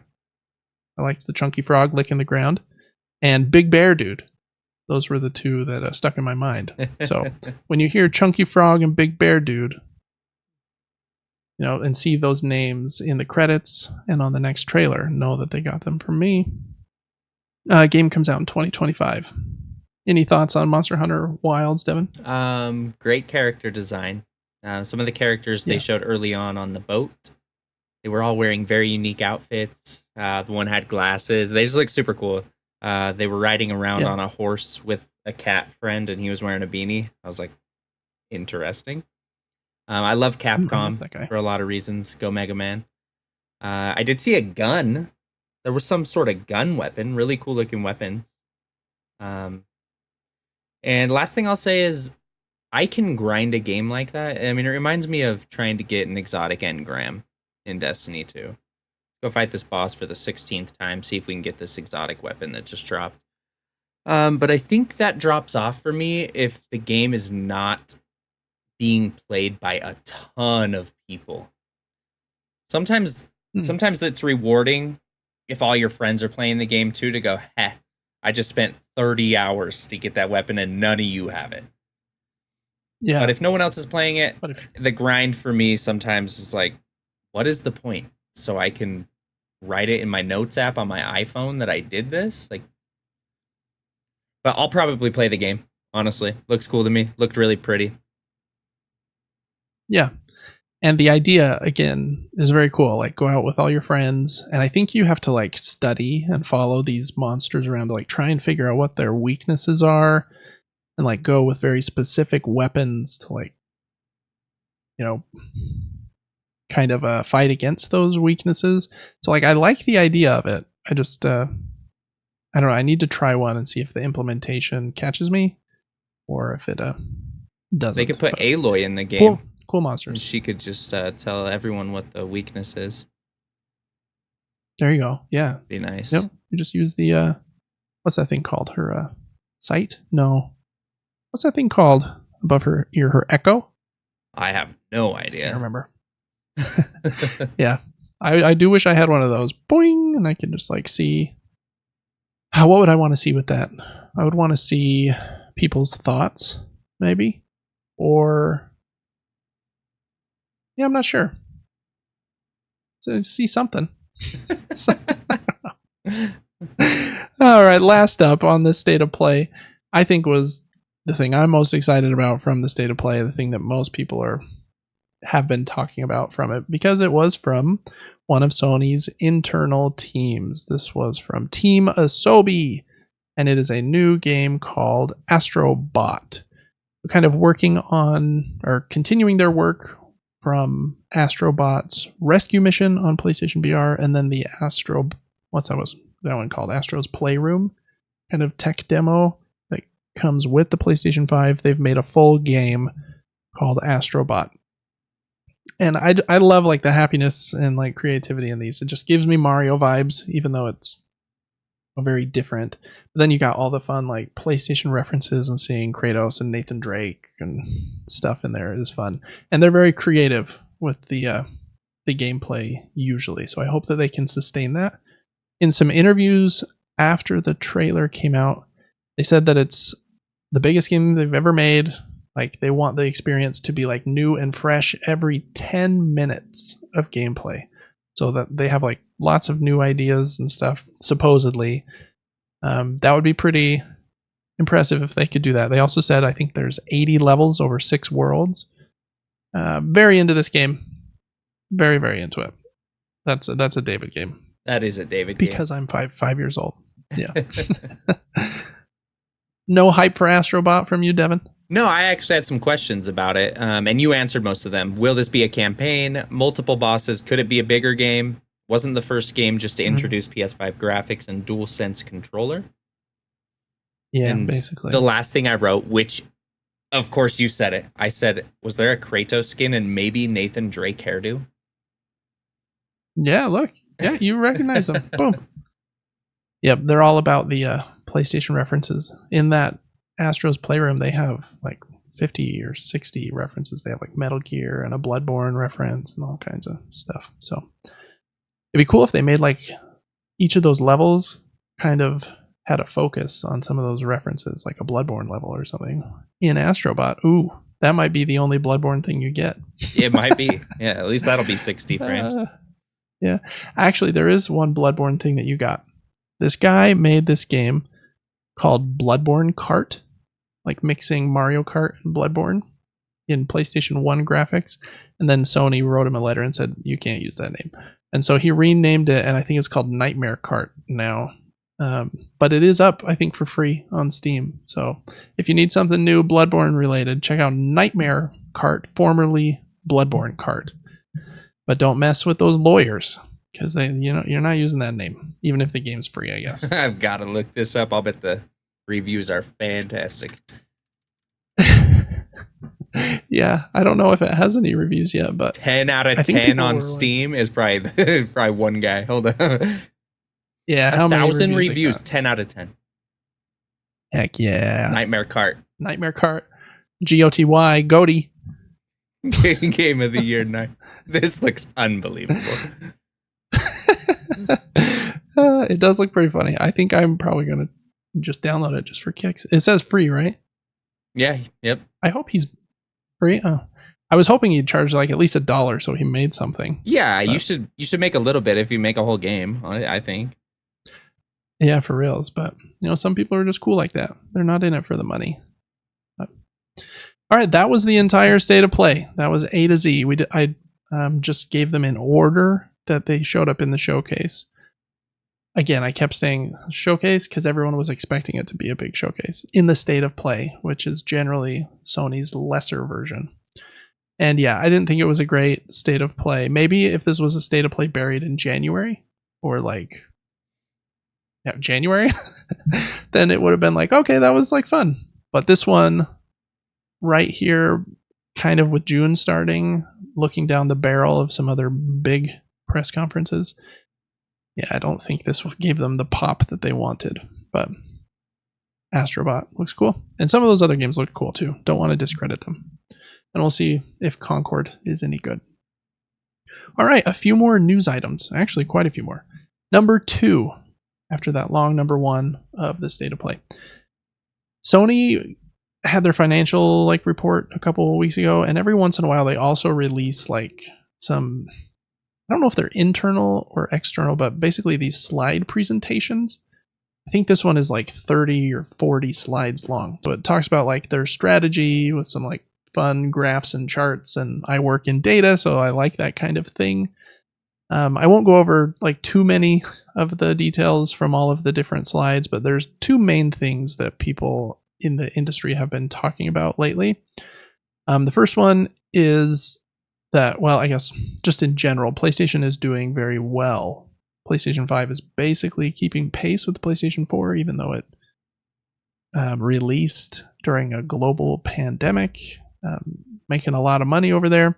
The 2 bullet points here are PlayStation 5 users are spending more money than PlayStation 4 users were. So life to date since PlayStation 5 came out, which was, when did it come out? November of 2020? I think so. So we're not quite at 4 years. I think that's right. So in 3.5 years, PlayStation 5 users are spending on average $731 on content and subscriptions and stuff, versus on PlayStation 4 for that whole generation, they spent on average $580. So people are spending more money.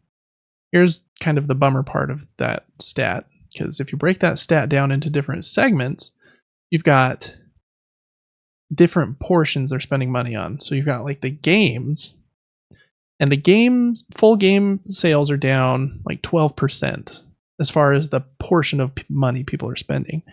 But then add-ons and things like microtransactions are up 176%.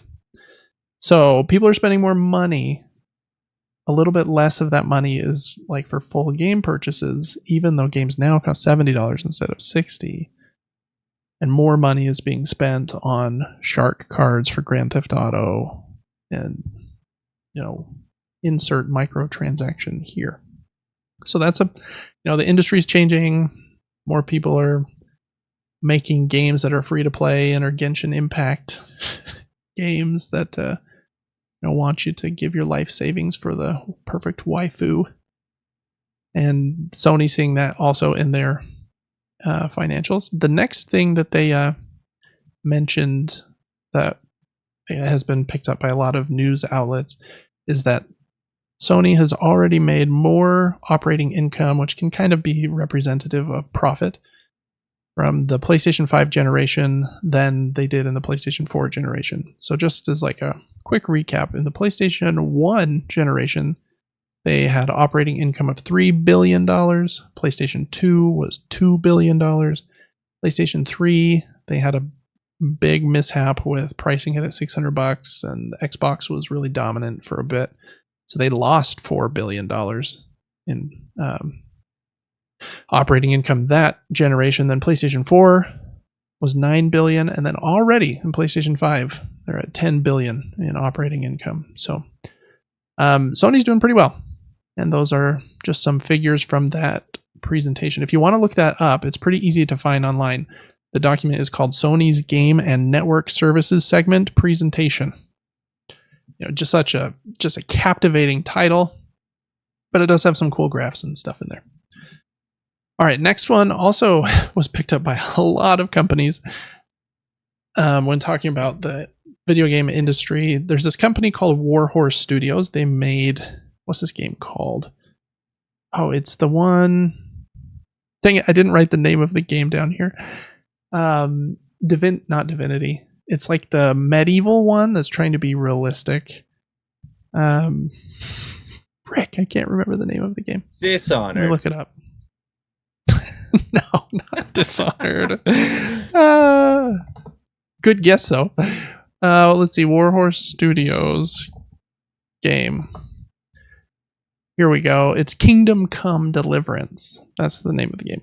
And Kingdom Come Deliverance 2, I think, comes out this year. And so they're started promoting that game. In an interview they gave, they said that this game is they said it's a lot better than the first game, but then they started talking about some different technical things and said that the game is only 25% larger than the first game because they had to make the game for PlayStation 5, Xbox Series X, and Xbox Series S, which is less powerful than the X. But Microsoft has this mandate for their games over there that if you make a game, it needs to run on both platforms. And I think it needs to run comparably other than on the S, it can run at a lower resolution. So the Xbox Series S only has 10 gigs of RAM, and the PS5 and Series X have 16. So that has kind of led to this discussion on why did Microsoft force this weird rule if it's making development teams have to scale back kind of their ambitions for their games. This came up one other time. Larian Studios, who made Baldur's Gate 3, they also made some other really great computer role-playing games, but Baldur's Gate 3 is their big success recently. One of the biggest games. I think they came out last year. I think it did. Huge game, and it came out to PlayStation I think almost 4 months earlier than Xbox because they said they were having a hard time getting it out to run with co-op on the Xbox Series S. And so there's been a couple instances where this has happened and has been brought up. And so it's just kind of an interesting kind of industry inside baseball little moment here. But they kind of threw the Xbox Series S under the bus there for a second. But kind of funny in any regard. Okay, number 4. Summer Game Fest is on Friday, and Jeff Keighley wanted to manage expectations a little bit, I guess. And so he released this statement. I'm just going to read it so that when you listen to this episode on Friday on Patreon, you'll hear it a few hours before the show goes live. He said, quote, "There will be definitely new announcements, but the show is largely focused on, I think, existing games that have new updates for fans. The Game Awards has a lot of usually big surprises. We're thankful for those, and big new reveals. This Summer Games Fest is largely focused on announced stuff. There definitely are things that are being announced, but this is not a show that has a lot of coming in 2026 or 2027 or teasers for games that are years and years out. That's generally what I would say in terms of expectation setting." End quote. I'm still pretty excited for this show. Jeff has the biggest shows in the industry for sure. The Game Awards gets a lot of reveals, and the Summer Games Fest doesn't get quite as many, but he's still he does a good job over there. So just in terms of expectation setting up, there's that. Okay, number 5. This was kind of leaked last week, but it has finally been announced. Sony is going to be selling an adapter for the PlayStation VR 2 so that you can use it with your PC to play games on Steam if you would like. I was really hopeful that this thing was going to cost $10 or $20. It costs $60 and will be out on August 7th, 2024. In addition to the adapter, you need to supply your own DisplayPort cable that's compatible with DisplayPort 1.4, and obviously you need a PC, and a pretty nice one, and a Steam account. You can see the minimum PC specs on the PlayStation blog. You'll also need to download a PlayStation VR 2 app and the Steam VR app onto your desktop. Here's the quote they gave in the blog post. "This will allow you to set up PlayStation VR 2 on your PC, customize your settings and play area, and start purchasing and playing games in Steam VR. Many PSVR," that's end quote right there. "Many PSVR 2 features don't work with the PC VR though. High dynamic range, the headset feedback, it actually kind of vibrates on your forehead.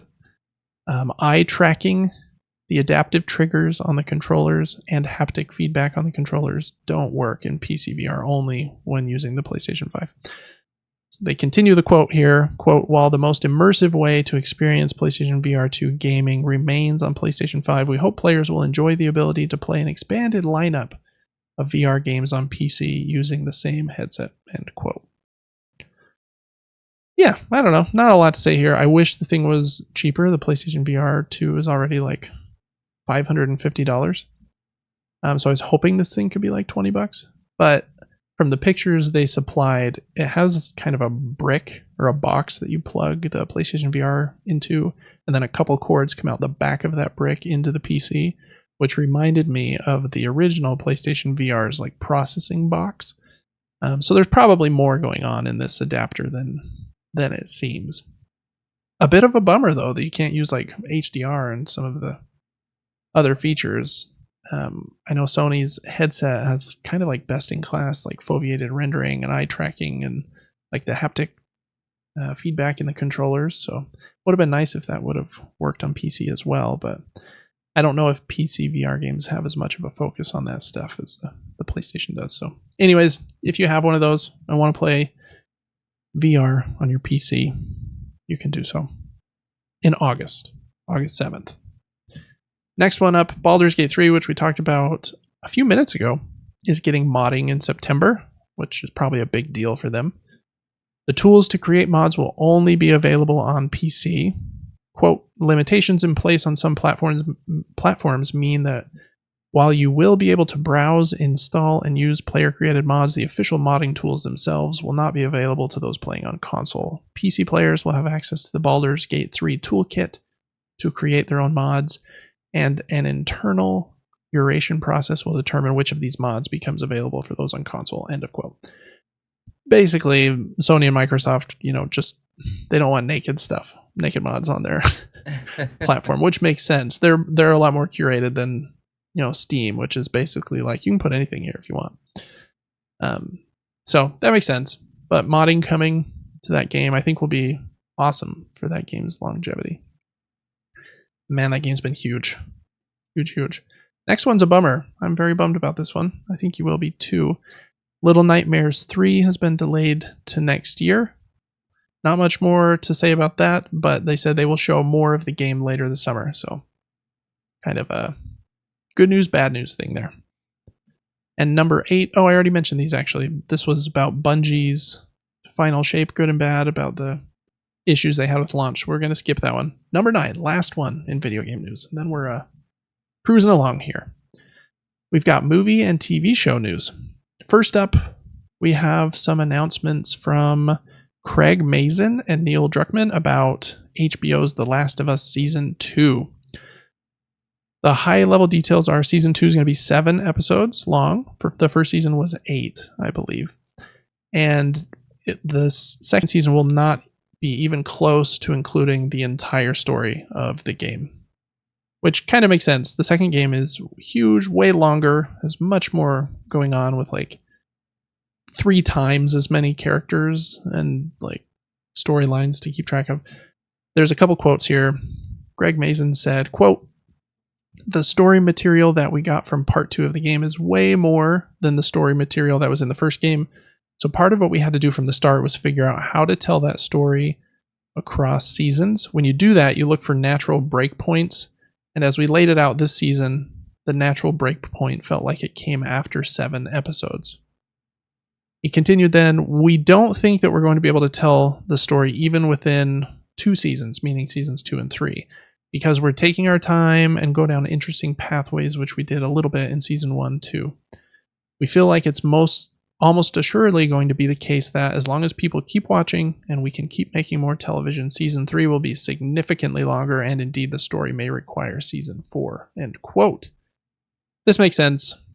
I think it makes it seem like the big moment from the early part of that game is probably going to be the closing episode of season 2, I think is what I would guess there then. And they'll just spend a little bit more time with some of those people involved. Cool stuff, though, that they're going to be making, what seems like 3 or 4 episodes, unless the quality just falls off a cliff and people stop watching. But I think it was HBO's like most watched show right after Game of Thrones, the House of the Dragon or whatever. So I don't think HBO is going to cancel it unless something goes horribly, horribly wrong. Any excitement for that show, Devin? Oh, absolutely. Like, I think if they're going to drag it on for a bunch of seasons, I'm honestly down. More content. Me too. I kind of wish that they would just make like, again, I always say this goes back to my, Peter Jackson and the Lord of the Rings. Make all the seasons at one time. Film them all. Now that this is going to be like a huge show.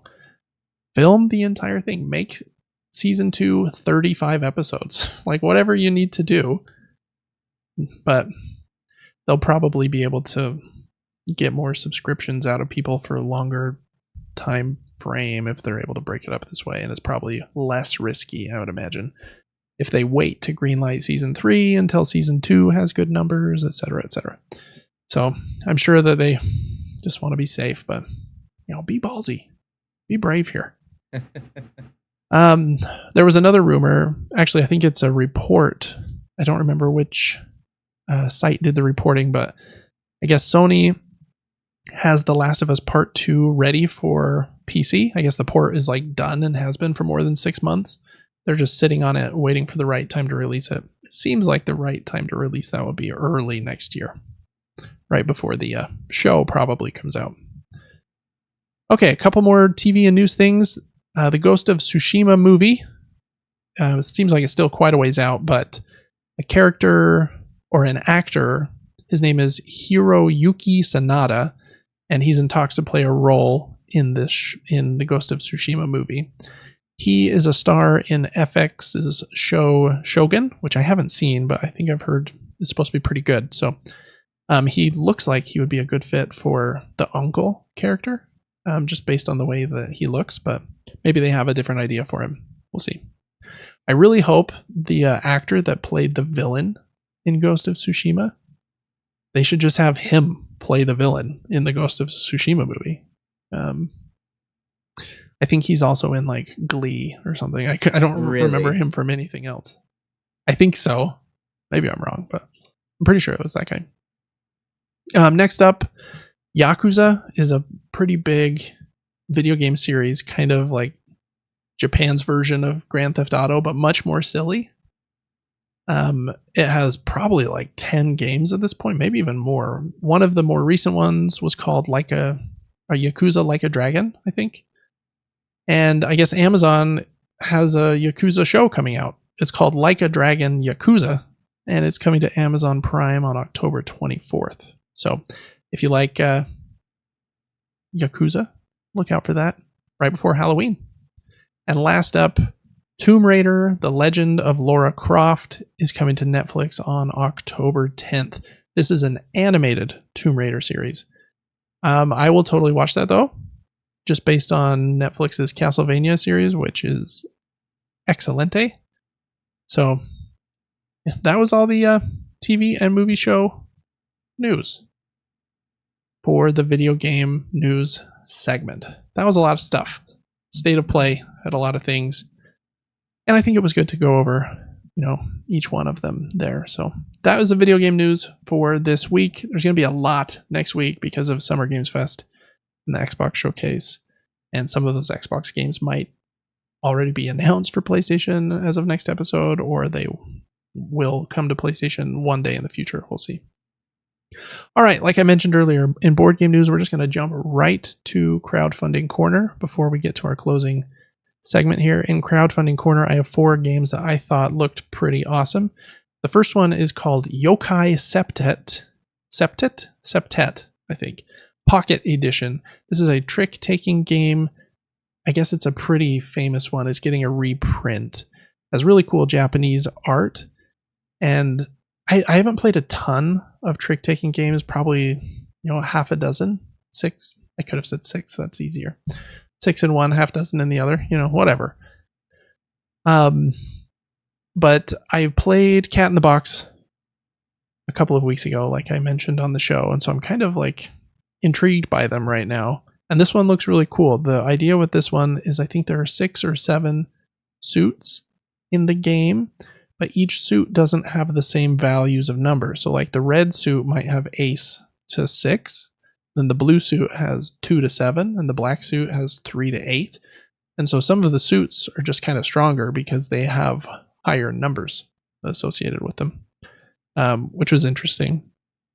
And then the way you play is also interesting. You're trying to win these how are they called? Boss yokai cards.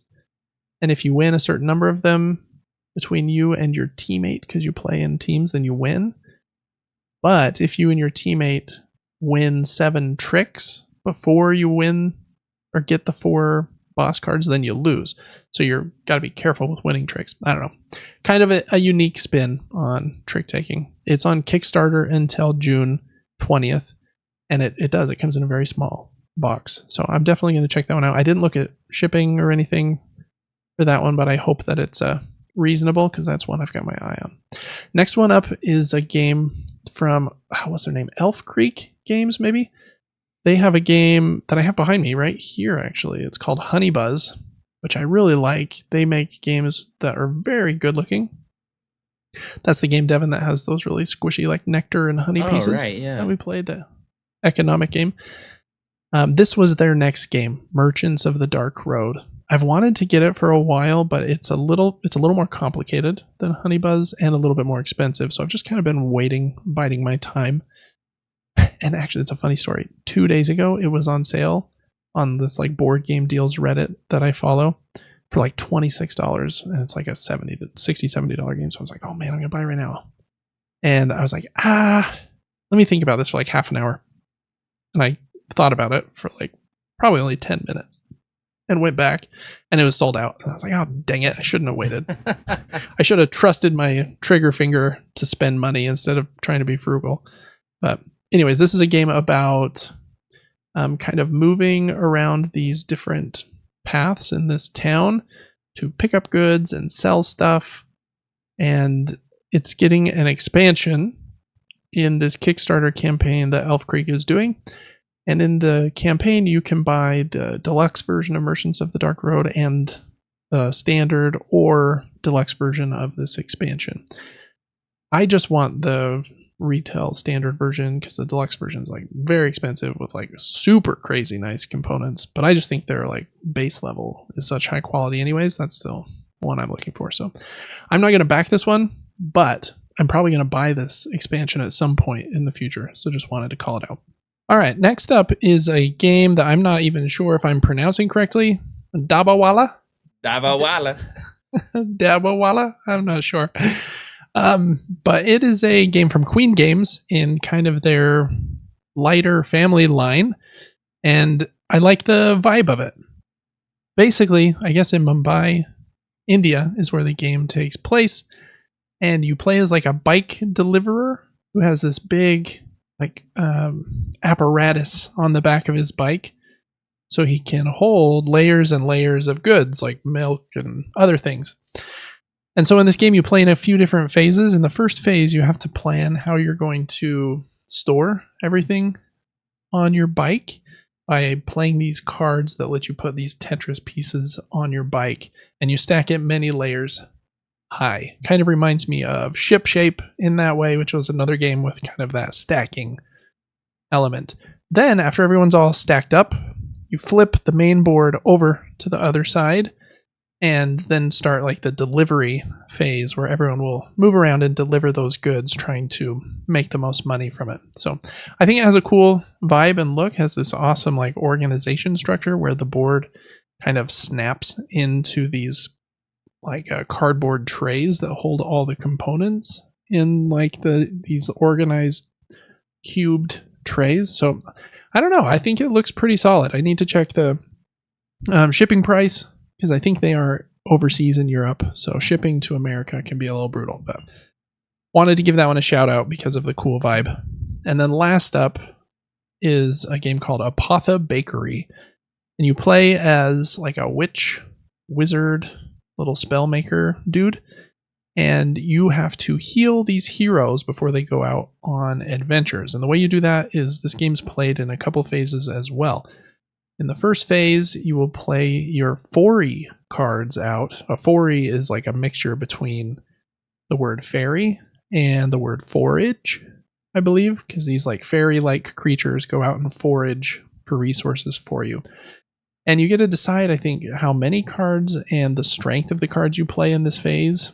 And depending on what you play will determine who chooses resources first. And it's not an unlimited supply, so choosing first can be very helpful.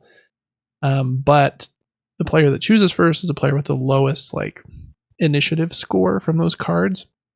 And so the person that chooses last will generally get more stuff, if there's stuff left. So it's a balance of trying to go first or trying to get more. So that part looks cool. And then you take those resources back and then you craft elixirs. And when you craft those elixirs, you do it by placing your hand in the appropriate elixir bag and you pull out a tile, and most of the tiles are like perfect, good elixir.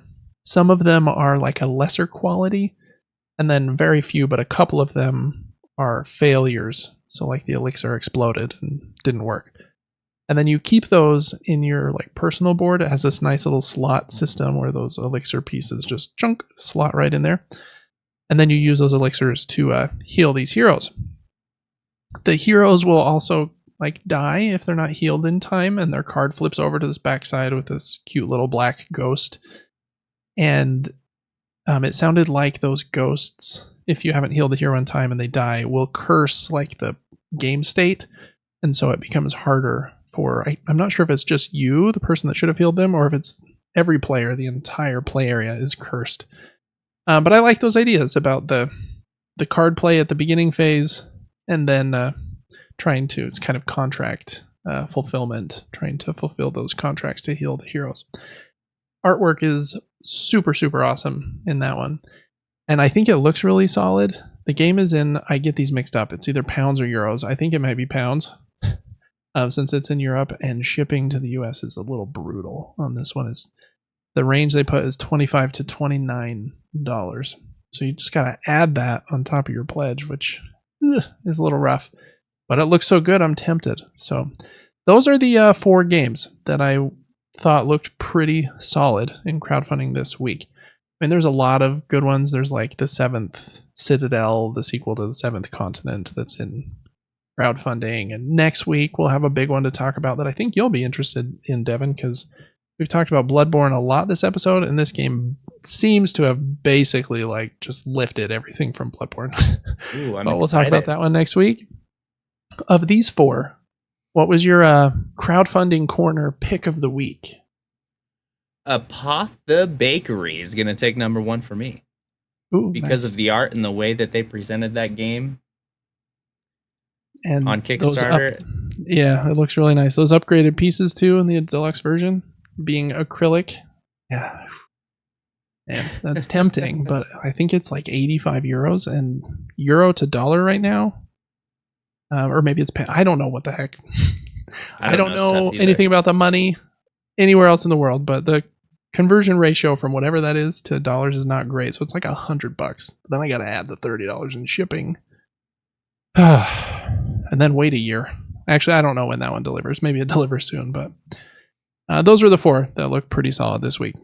All right, last up, we are going to go over a few listener inquiries this week to close our show. You can also write into our show just by following us over on Patreon.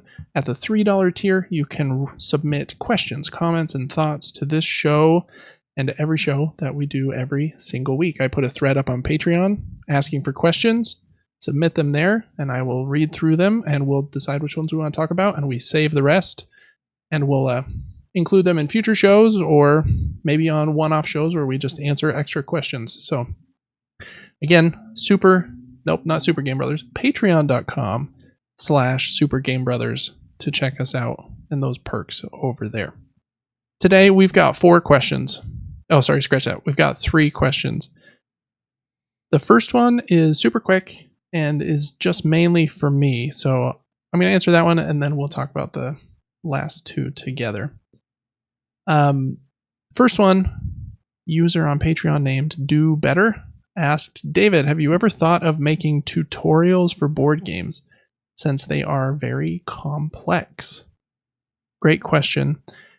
I had thought about doing that. It's hard trying to decide what to focus on as like a board game, I don't know, YouTuber. It sounds weird to say because I just make not very many videos, but and I really enjoy playing games and then talking about them and kind of my experience covering them. And the amount of effort and B-roll that you need to make good instructional videos is hard. So I would need to film like my face at all times and have another camera to film like my hands and the gameplay. Then you need all kinds of stands and stuff to like stand up the cards. I need to think of very specific like teaching instructions that I want to film and how I'm going to frame those in the best order. And I could do that it would take a bit more thought and like planning. The issue is, and this is kind of a bummer to say, but there are a few board game or YouTube channels that focus on those things, on instructional videos, that do such a good job that I just know that I would not be able to like compete and replicate with them. And so what I want to do is focus more on like my playthroughs of the game, because that's like a unique thing to me. Like it's me playing the game and making decisions, and my opinions on the game, again, which is a unique thing to me. But learning the rules is like something that's not subjective, it's objective. And just objectively, I could not make as good of videos as Before You Play or Watch It Played. Watch It Played is probably the best, and they do an amazing job over there. So I had thought about it. I think for now I'll just stick to unboxings, which I think are very fun to like show the game when it's brand new.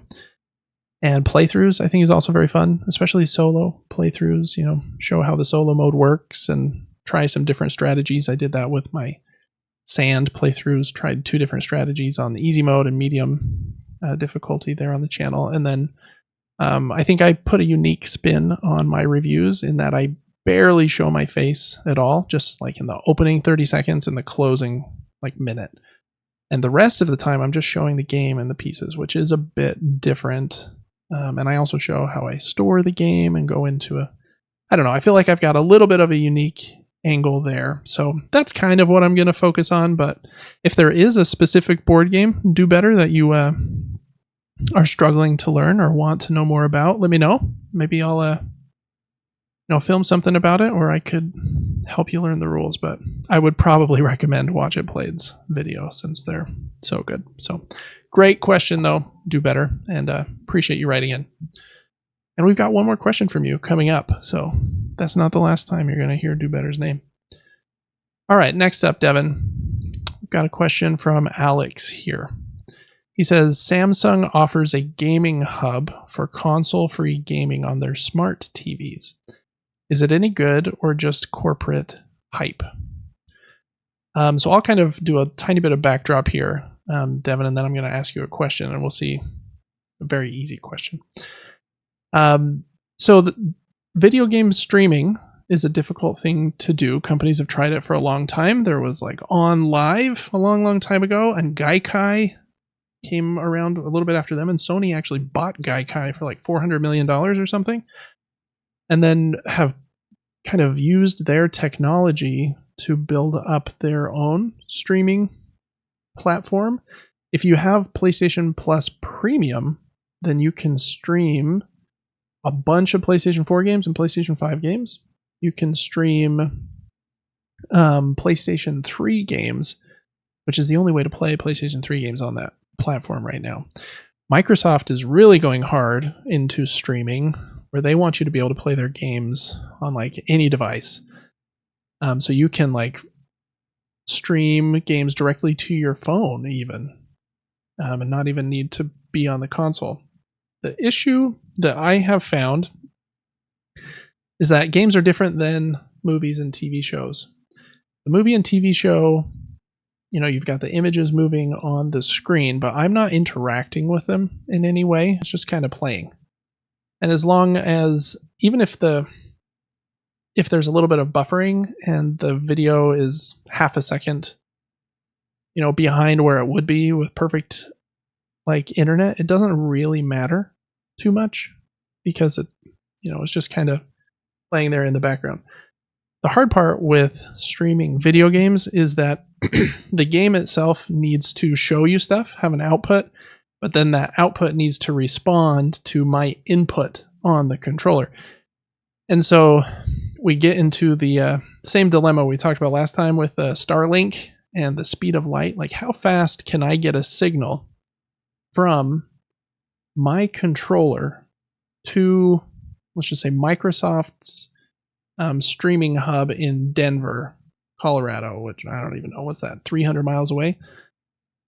How fast can I get my signal from my controller to there, that PC or whatever that's streaming me the game, to recognize this signal and then send me back the appropriate screen back to me.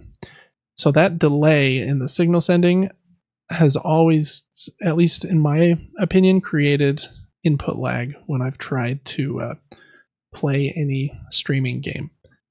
I've played probably 4 hours of streamed games, probably in total. I played a couple hours of an Oddworld game like a year ago.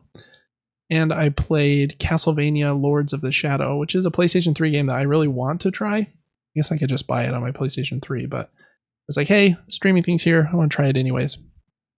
And there's just enough input lag that like I notice because I'm really like, I don't feel like I'm uber sensitive to that. Devin would like super notice, I know.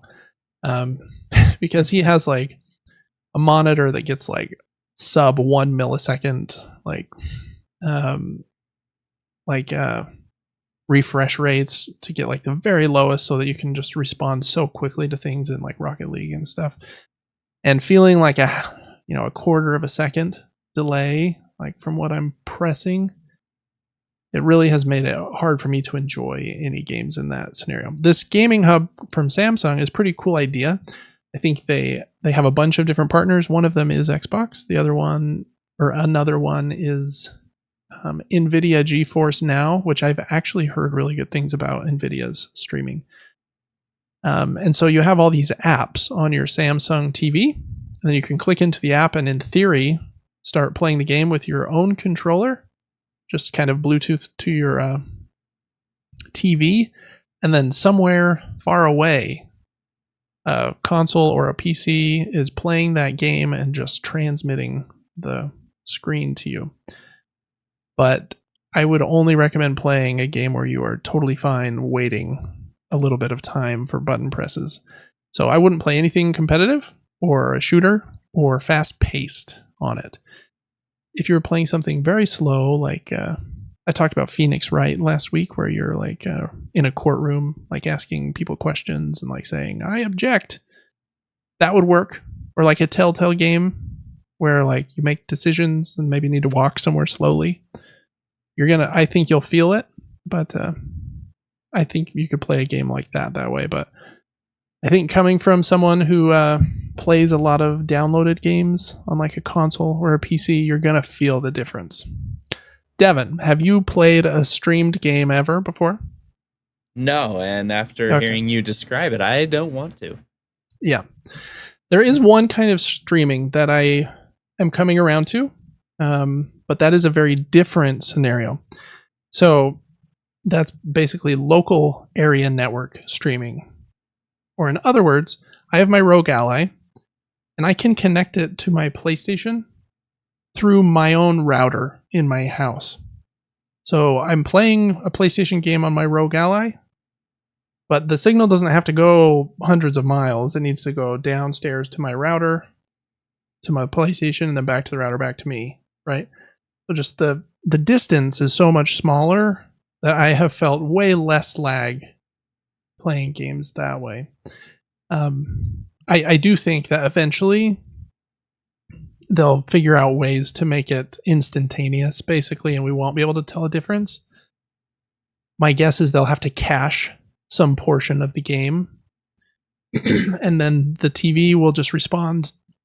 Excuse me, coughing my guts out. Well, the TV will just respond with, okay, we have 1 minute from this state that he's at cached. Maybe not even a minute. We have 30 seconds. So no matter which direction he pushes for the next 30 seconds, we have loaded every scenario that he could possibly do. And so we know and can do that immediately. And then we delete whatever is in the past and we load in more cache afterwards. So that might, I don't know, I'm just making things up on the fly, but at this point, streaming is a little latent, and until internet gets better in America, especially, like we're kind of behind like other countries in Europe, especially like, screaming internet all the time and no data caps. In America, you go to like Idaho, like we were for our vacation a couple weeks ago, or Wyoming, Montana, places like that, you're not going to have a good experience, I don't think. So I would try it, Alex. See if you, let me know what experience you have. You might be able to like try it totally for free, like get a Game Pass ultimate subscription for a dollar for a month, and I've even heard if you like cancel it within like a week or two, they'll refund you the dollar back. So maybe you'll have a better experience than me if you have screaming fast internet and are hopefully close to one of their like data hubs where the game would be streamed from. But I like playing things locally, just knowing that I've got a little more control over the scenario, and then kind of regardless of if my internet is being a little spiky or not, I'm gonna have a smooth time. Yeah. Anything else to add there, Devin? You're gonna stream Rocket League while you're at the movie theater? No, I'm not. I enjoy streaming games, but like you said, the people watching me stream games are not in control of what they see on the screen, and so it works. Yeah, in that scenario it works because they've got a buffer, right? They don't need to see you or really interact at the millisecond level. Their chat can come in 5 seconds late and it doesn't really make a difference. But if your button press went to the game 5 seconds late, like that's a huge deal. So that's kind of the limiting factor, I think, there. All right, last question of the day. We're going to end with this one, Devin. We got Do Better again. He said, what's the video/board game that sparked your love for games? This is a hard one for me. Oh, man. I thought of a lot of stuff. I got a lot. So I feel like I've had different times in my life that were like starts and stops. Like, okay, I played a lot of games and then I like stopped for a while. And then I like found a new game that like really impressed me. And I was like, oh, wow, yeah, I forgot. I really love this. And then I stopped for a while. And so I listed a bunch in kind of those peaks and valleys that kind of rejuvenated my love for board games/video games. So I've got a whole bunch listed here. But so yeah, I don't know exactly how you want to tackle these, Devin. Do you have a few that you want to alternate with, or should we just? I mean, I have a bunch I could think of, but that's a tough question. My mind instantly goes to Mega Man, Super Mario, Duck Hunt. Very, very old games. Trying to think what else. Twisted Metal, Tekken. I mean, what else is there? I mean, there's so many games. Kirby's Adventure, Punch Out. Of course, mine are all video games. No, that's okay. My mind goes back to that time period too, and a lot of those games that you mentioned pop up for me. So growing up, we had an NES for a little bit. Then I think when I was like 5, we got a PlayStation 1 and I think a Super Nintendo or something. So the NES was like very brief, but we did have Duck Hunt and Super Mario Bros. For like a minute, and that was like a cool moment. And then I remember the day we got the PlayStation 1, I think we got Gex, Crash Bandicoot, and Pandemonium. Like those were like way influential. I remember seeing Crash Bandicoot for the first time at our uncle's house in Idaho. I was like, this is not a video game. Like, I was very surprised at it. I think it was a few months before Christmas before we got one. So like those were like really cool moments. And then a lot of Super Nintendo. I feel like that was kind of my favorite system. Super Mario World and Donkey Kong Country, I think, were kind of the kings there for me. But eventually Crash Team Racing and Ape Escape on the PlayStation 1 were like super great too. A lot of our games at that age, since I was the oldest, kind of skewed towards younger kids. So we weren't playing like Metal Gear or anything at that point. But kind of going on from there, I think the next like rejuvenation I had with video games is probably when I got my Game Boy Advance. And I think I got that. I mowed, or not, I didn't mow. I raked a bunch of leaves for neighbors for like a month to save money to buy that. Man, I loved that thing. My favorite games on there were Mario Kart Super Circuit. It's really great. And then there was a Mario Golf game on, I think it's called Advance Tour. And I really loved those. And Castlevania, what's it called? Circle of the Moon, maybe?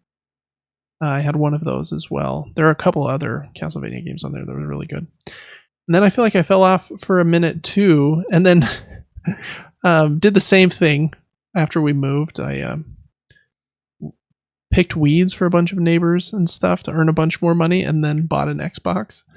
And then I think from there it was like Halo, Prince of Persia, and Splinter Cell were kind of like the three big ones at that point. Lots of Halo LAN parties and stuff. And then I feel like I fell off it again for a little bit. And then for the weirdest thing to pull me back in was the Wii. And I don't know why, because the Wii was kind of like a quirky, weird little unit. But, and this is going to sound so weird, I really liked Call of Duty World at War on the Wii. Same. 100%. It was way fun to like aim at the screen, and even multiplayer on there was actually pretty good. Like the resolution, not so good. That thing was running at like 720p if we were lucky. But it was way fun. And then like Twilight Princess and Super Mario Galaxy are probably the two others from that generation that I was like, yeah, okay, I really like games. And then I think I was trying to think about recently, because I feel like there was a bit of a time in like the early 2010s where I didn't play games for a little bit. But then like played The Last of Us and then got really hooked on Rocket League for quite a few years. So I don't know. Those were kind of the board games that came to mind. I've got video games that came to mind. And, since then, I feel like I've been playing video games every week for the last like 15, 20 years, and probably like most of my life, just with some short like little valleys where there was a couple months where I didn't or something.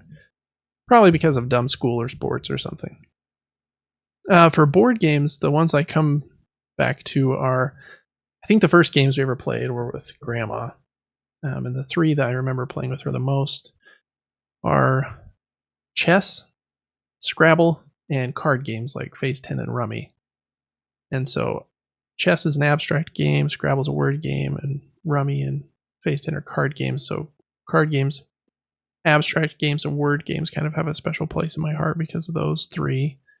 And then more recently, when I lived in Denmark for a couple of years, I played a game of Catan, which was then called Settlers of Catan. That's a very famous and influential board game, and I remember thinking, wow, this is really cool. I didn't know board games could be more than Risk and Monopoly. And I think from that moment is kind of when I was like, okay, I think these are cool. And we had Ticket to Ride growing up. I have that one here next to me, actually. That was one that our family played. Not a ton, but it was one that we would pull out when we were going to play a game. This is a different version. This is a Scandinavian version compared to the American US version that we had at home. So that one was pretty influential for me too. And then when I was really starting to go down this rabbit hole, it was just me and my wife playing games. And so the first few that I got in my collection before I had this giant wall behind me that's a little much were a few two-player games. First up is this tiny game in this little box called Jaipur, and it's a very, very fun kind of set collection game where you are trying to outplay your opponent with these cards to get the most gold or rubies and be the best kind of a merchant. Super, super good. And very short. My wife loves that game. And then I got another one that kind of just solidified my love for abstract games. I'm a little picky with them, but abstract games can be really, really fun. I try not to get too hooked on a single one because chess can like take over your whole life. But this one is excellent. It's called Yinch. And it's basically, you have to get 5 of your color in a row, and it kind of has an Othello element where anytime you hop over an opponent tile, it flips, so you can flip your opponent's colors to your tile. But you have these rings that limit your movement, and the first person to make 3 of 5 in a row wins. Each time you make a set of 5 in a row, you have to remove one of your rings from the board so you become less powerful. It's incredible. It's like, it's so good. If you like games like that and chess and kind of thinky, puzzling out things in your head. The last one I think that really solidified, like, okay, hobby board games rule is Wingspan. It's on the shelf behind me, right there. And that was 2018 or 19. I can't remember what year got that one, but then from then on, it's just been a slippery slope. So gotta be careful if you're gonna do this. You know, you gotta sign the decree, read kind of the handbook, make sure you're ready for the commitment. Devin, I just talked for a long time. Is there any board games or video games that you want, other ones that you want to bring up besides the I don't have ones any. you mentioned already? I don't have any great stories of board games, and I don't really own a ton of board games. The ones I remember: Mousetrap, Operation, Candyland, Clue. And we loved those as a kid, yeah. Yahtzee, Battleship. I don't know. I'm having a hard time remembering anything else. I mean, chess, checkers. Yeah. No, I think even those games that seem pretty simple, like to us now, just kind of got us in the mindset of like, yeah, games are fun, even at like 3 or 4 years old or whatever we were playing them. Yeah, Chutes and Ladders. Remember that? Whoops. Oh yeah. Yep, lots of luck in that one, but it did feel good to land on a ladder spot and jump up 5 levels or whatever. Cool. All right. Well, I think this was a good episode. Thanks so much for the questions. Again, check us out on Patreon at patreon.com/supergamebrothers. If you want to write into the show, get the show early. Join us for a monthly Q&A. Make sure to write in some questions for the Q&A so we can have a really good one this month. And yeah, that's going to do it for episode 10. Wow. 10 episodes. Double digits. Double digits is right. Seems crazy. Thanks so much for listening, everyone. Make sure to follow our Super Game Brothers YouTube channel and my Gaming Top Down YouTube channel if you like board games. And yeah, we just appreciate you listening and having a good time with us. Make sure to check out Devin on Twitch. He is Player4, and on TikTok, he's Player4TV. He streams Monday through Friday. Plays a lot of good games on there. Really quickly sometimes. Like, what's Mass Effect in like a week? The whole trilogy? Yeah, probably. Yeah. All of them. Well, you know, when you're playing 7-8 hours a day, they probably blow by, so that makes sense. All right, well, we will see you on the next one, everybody. Have a good week. See ya. Bye-bye.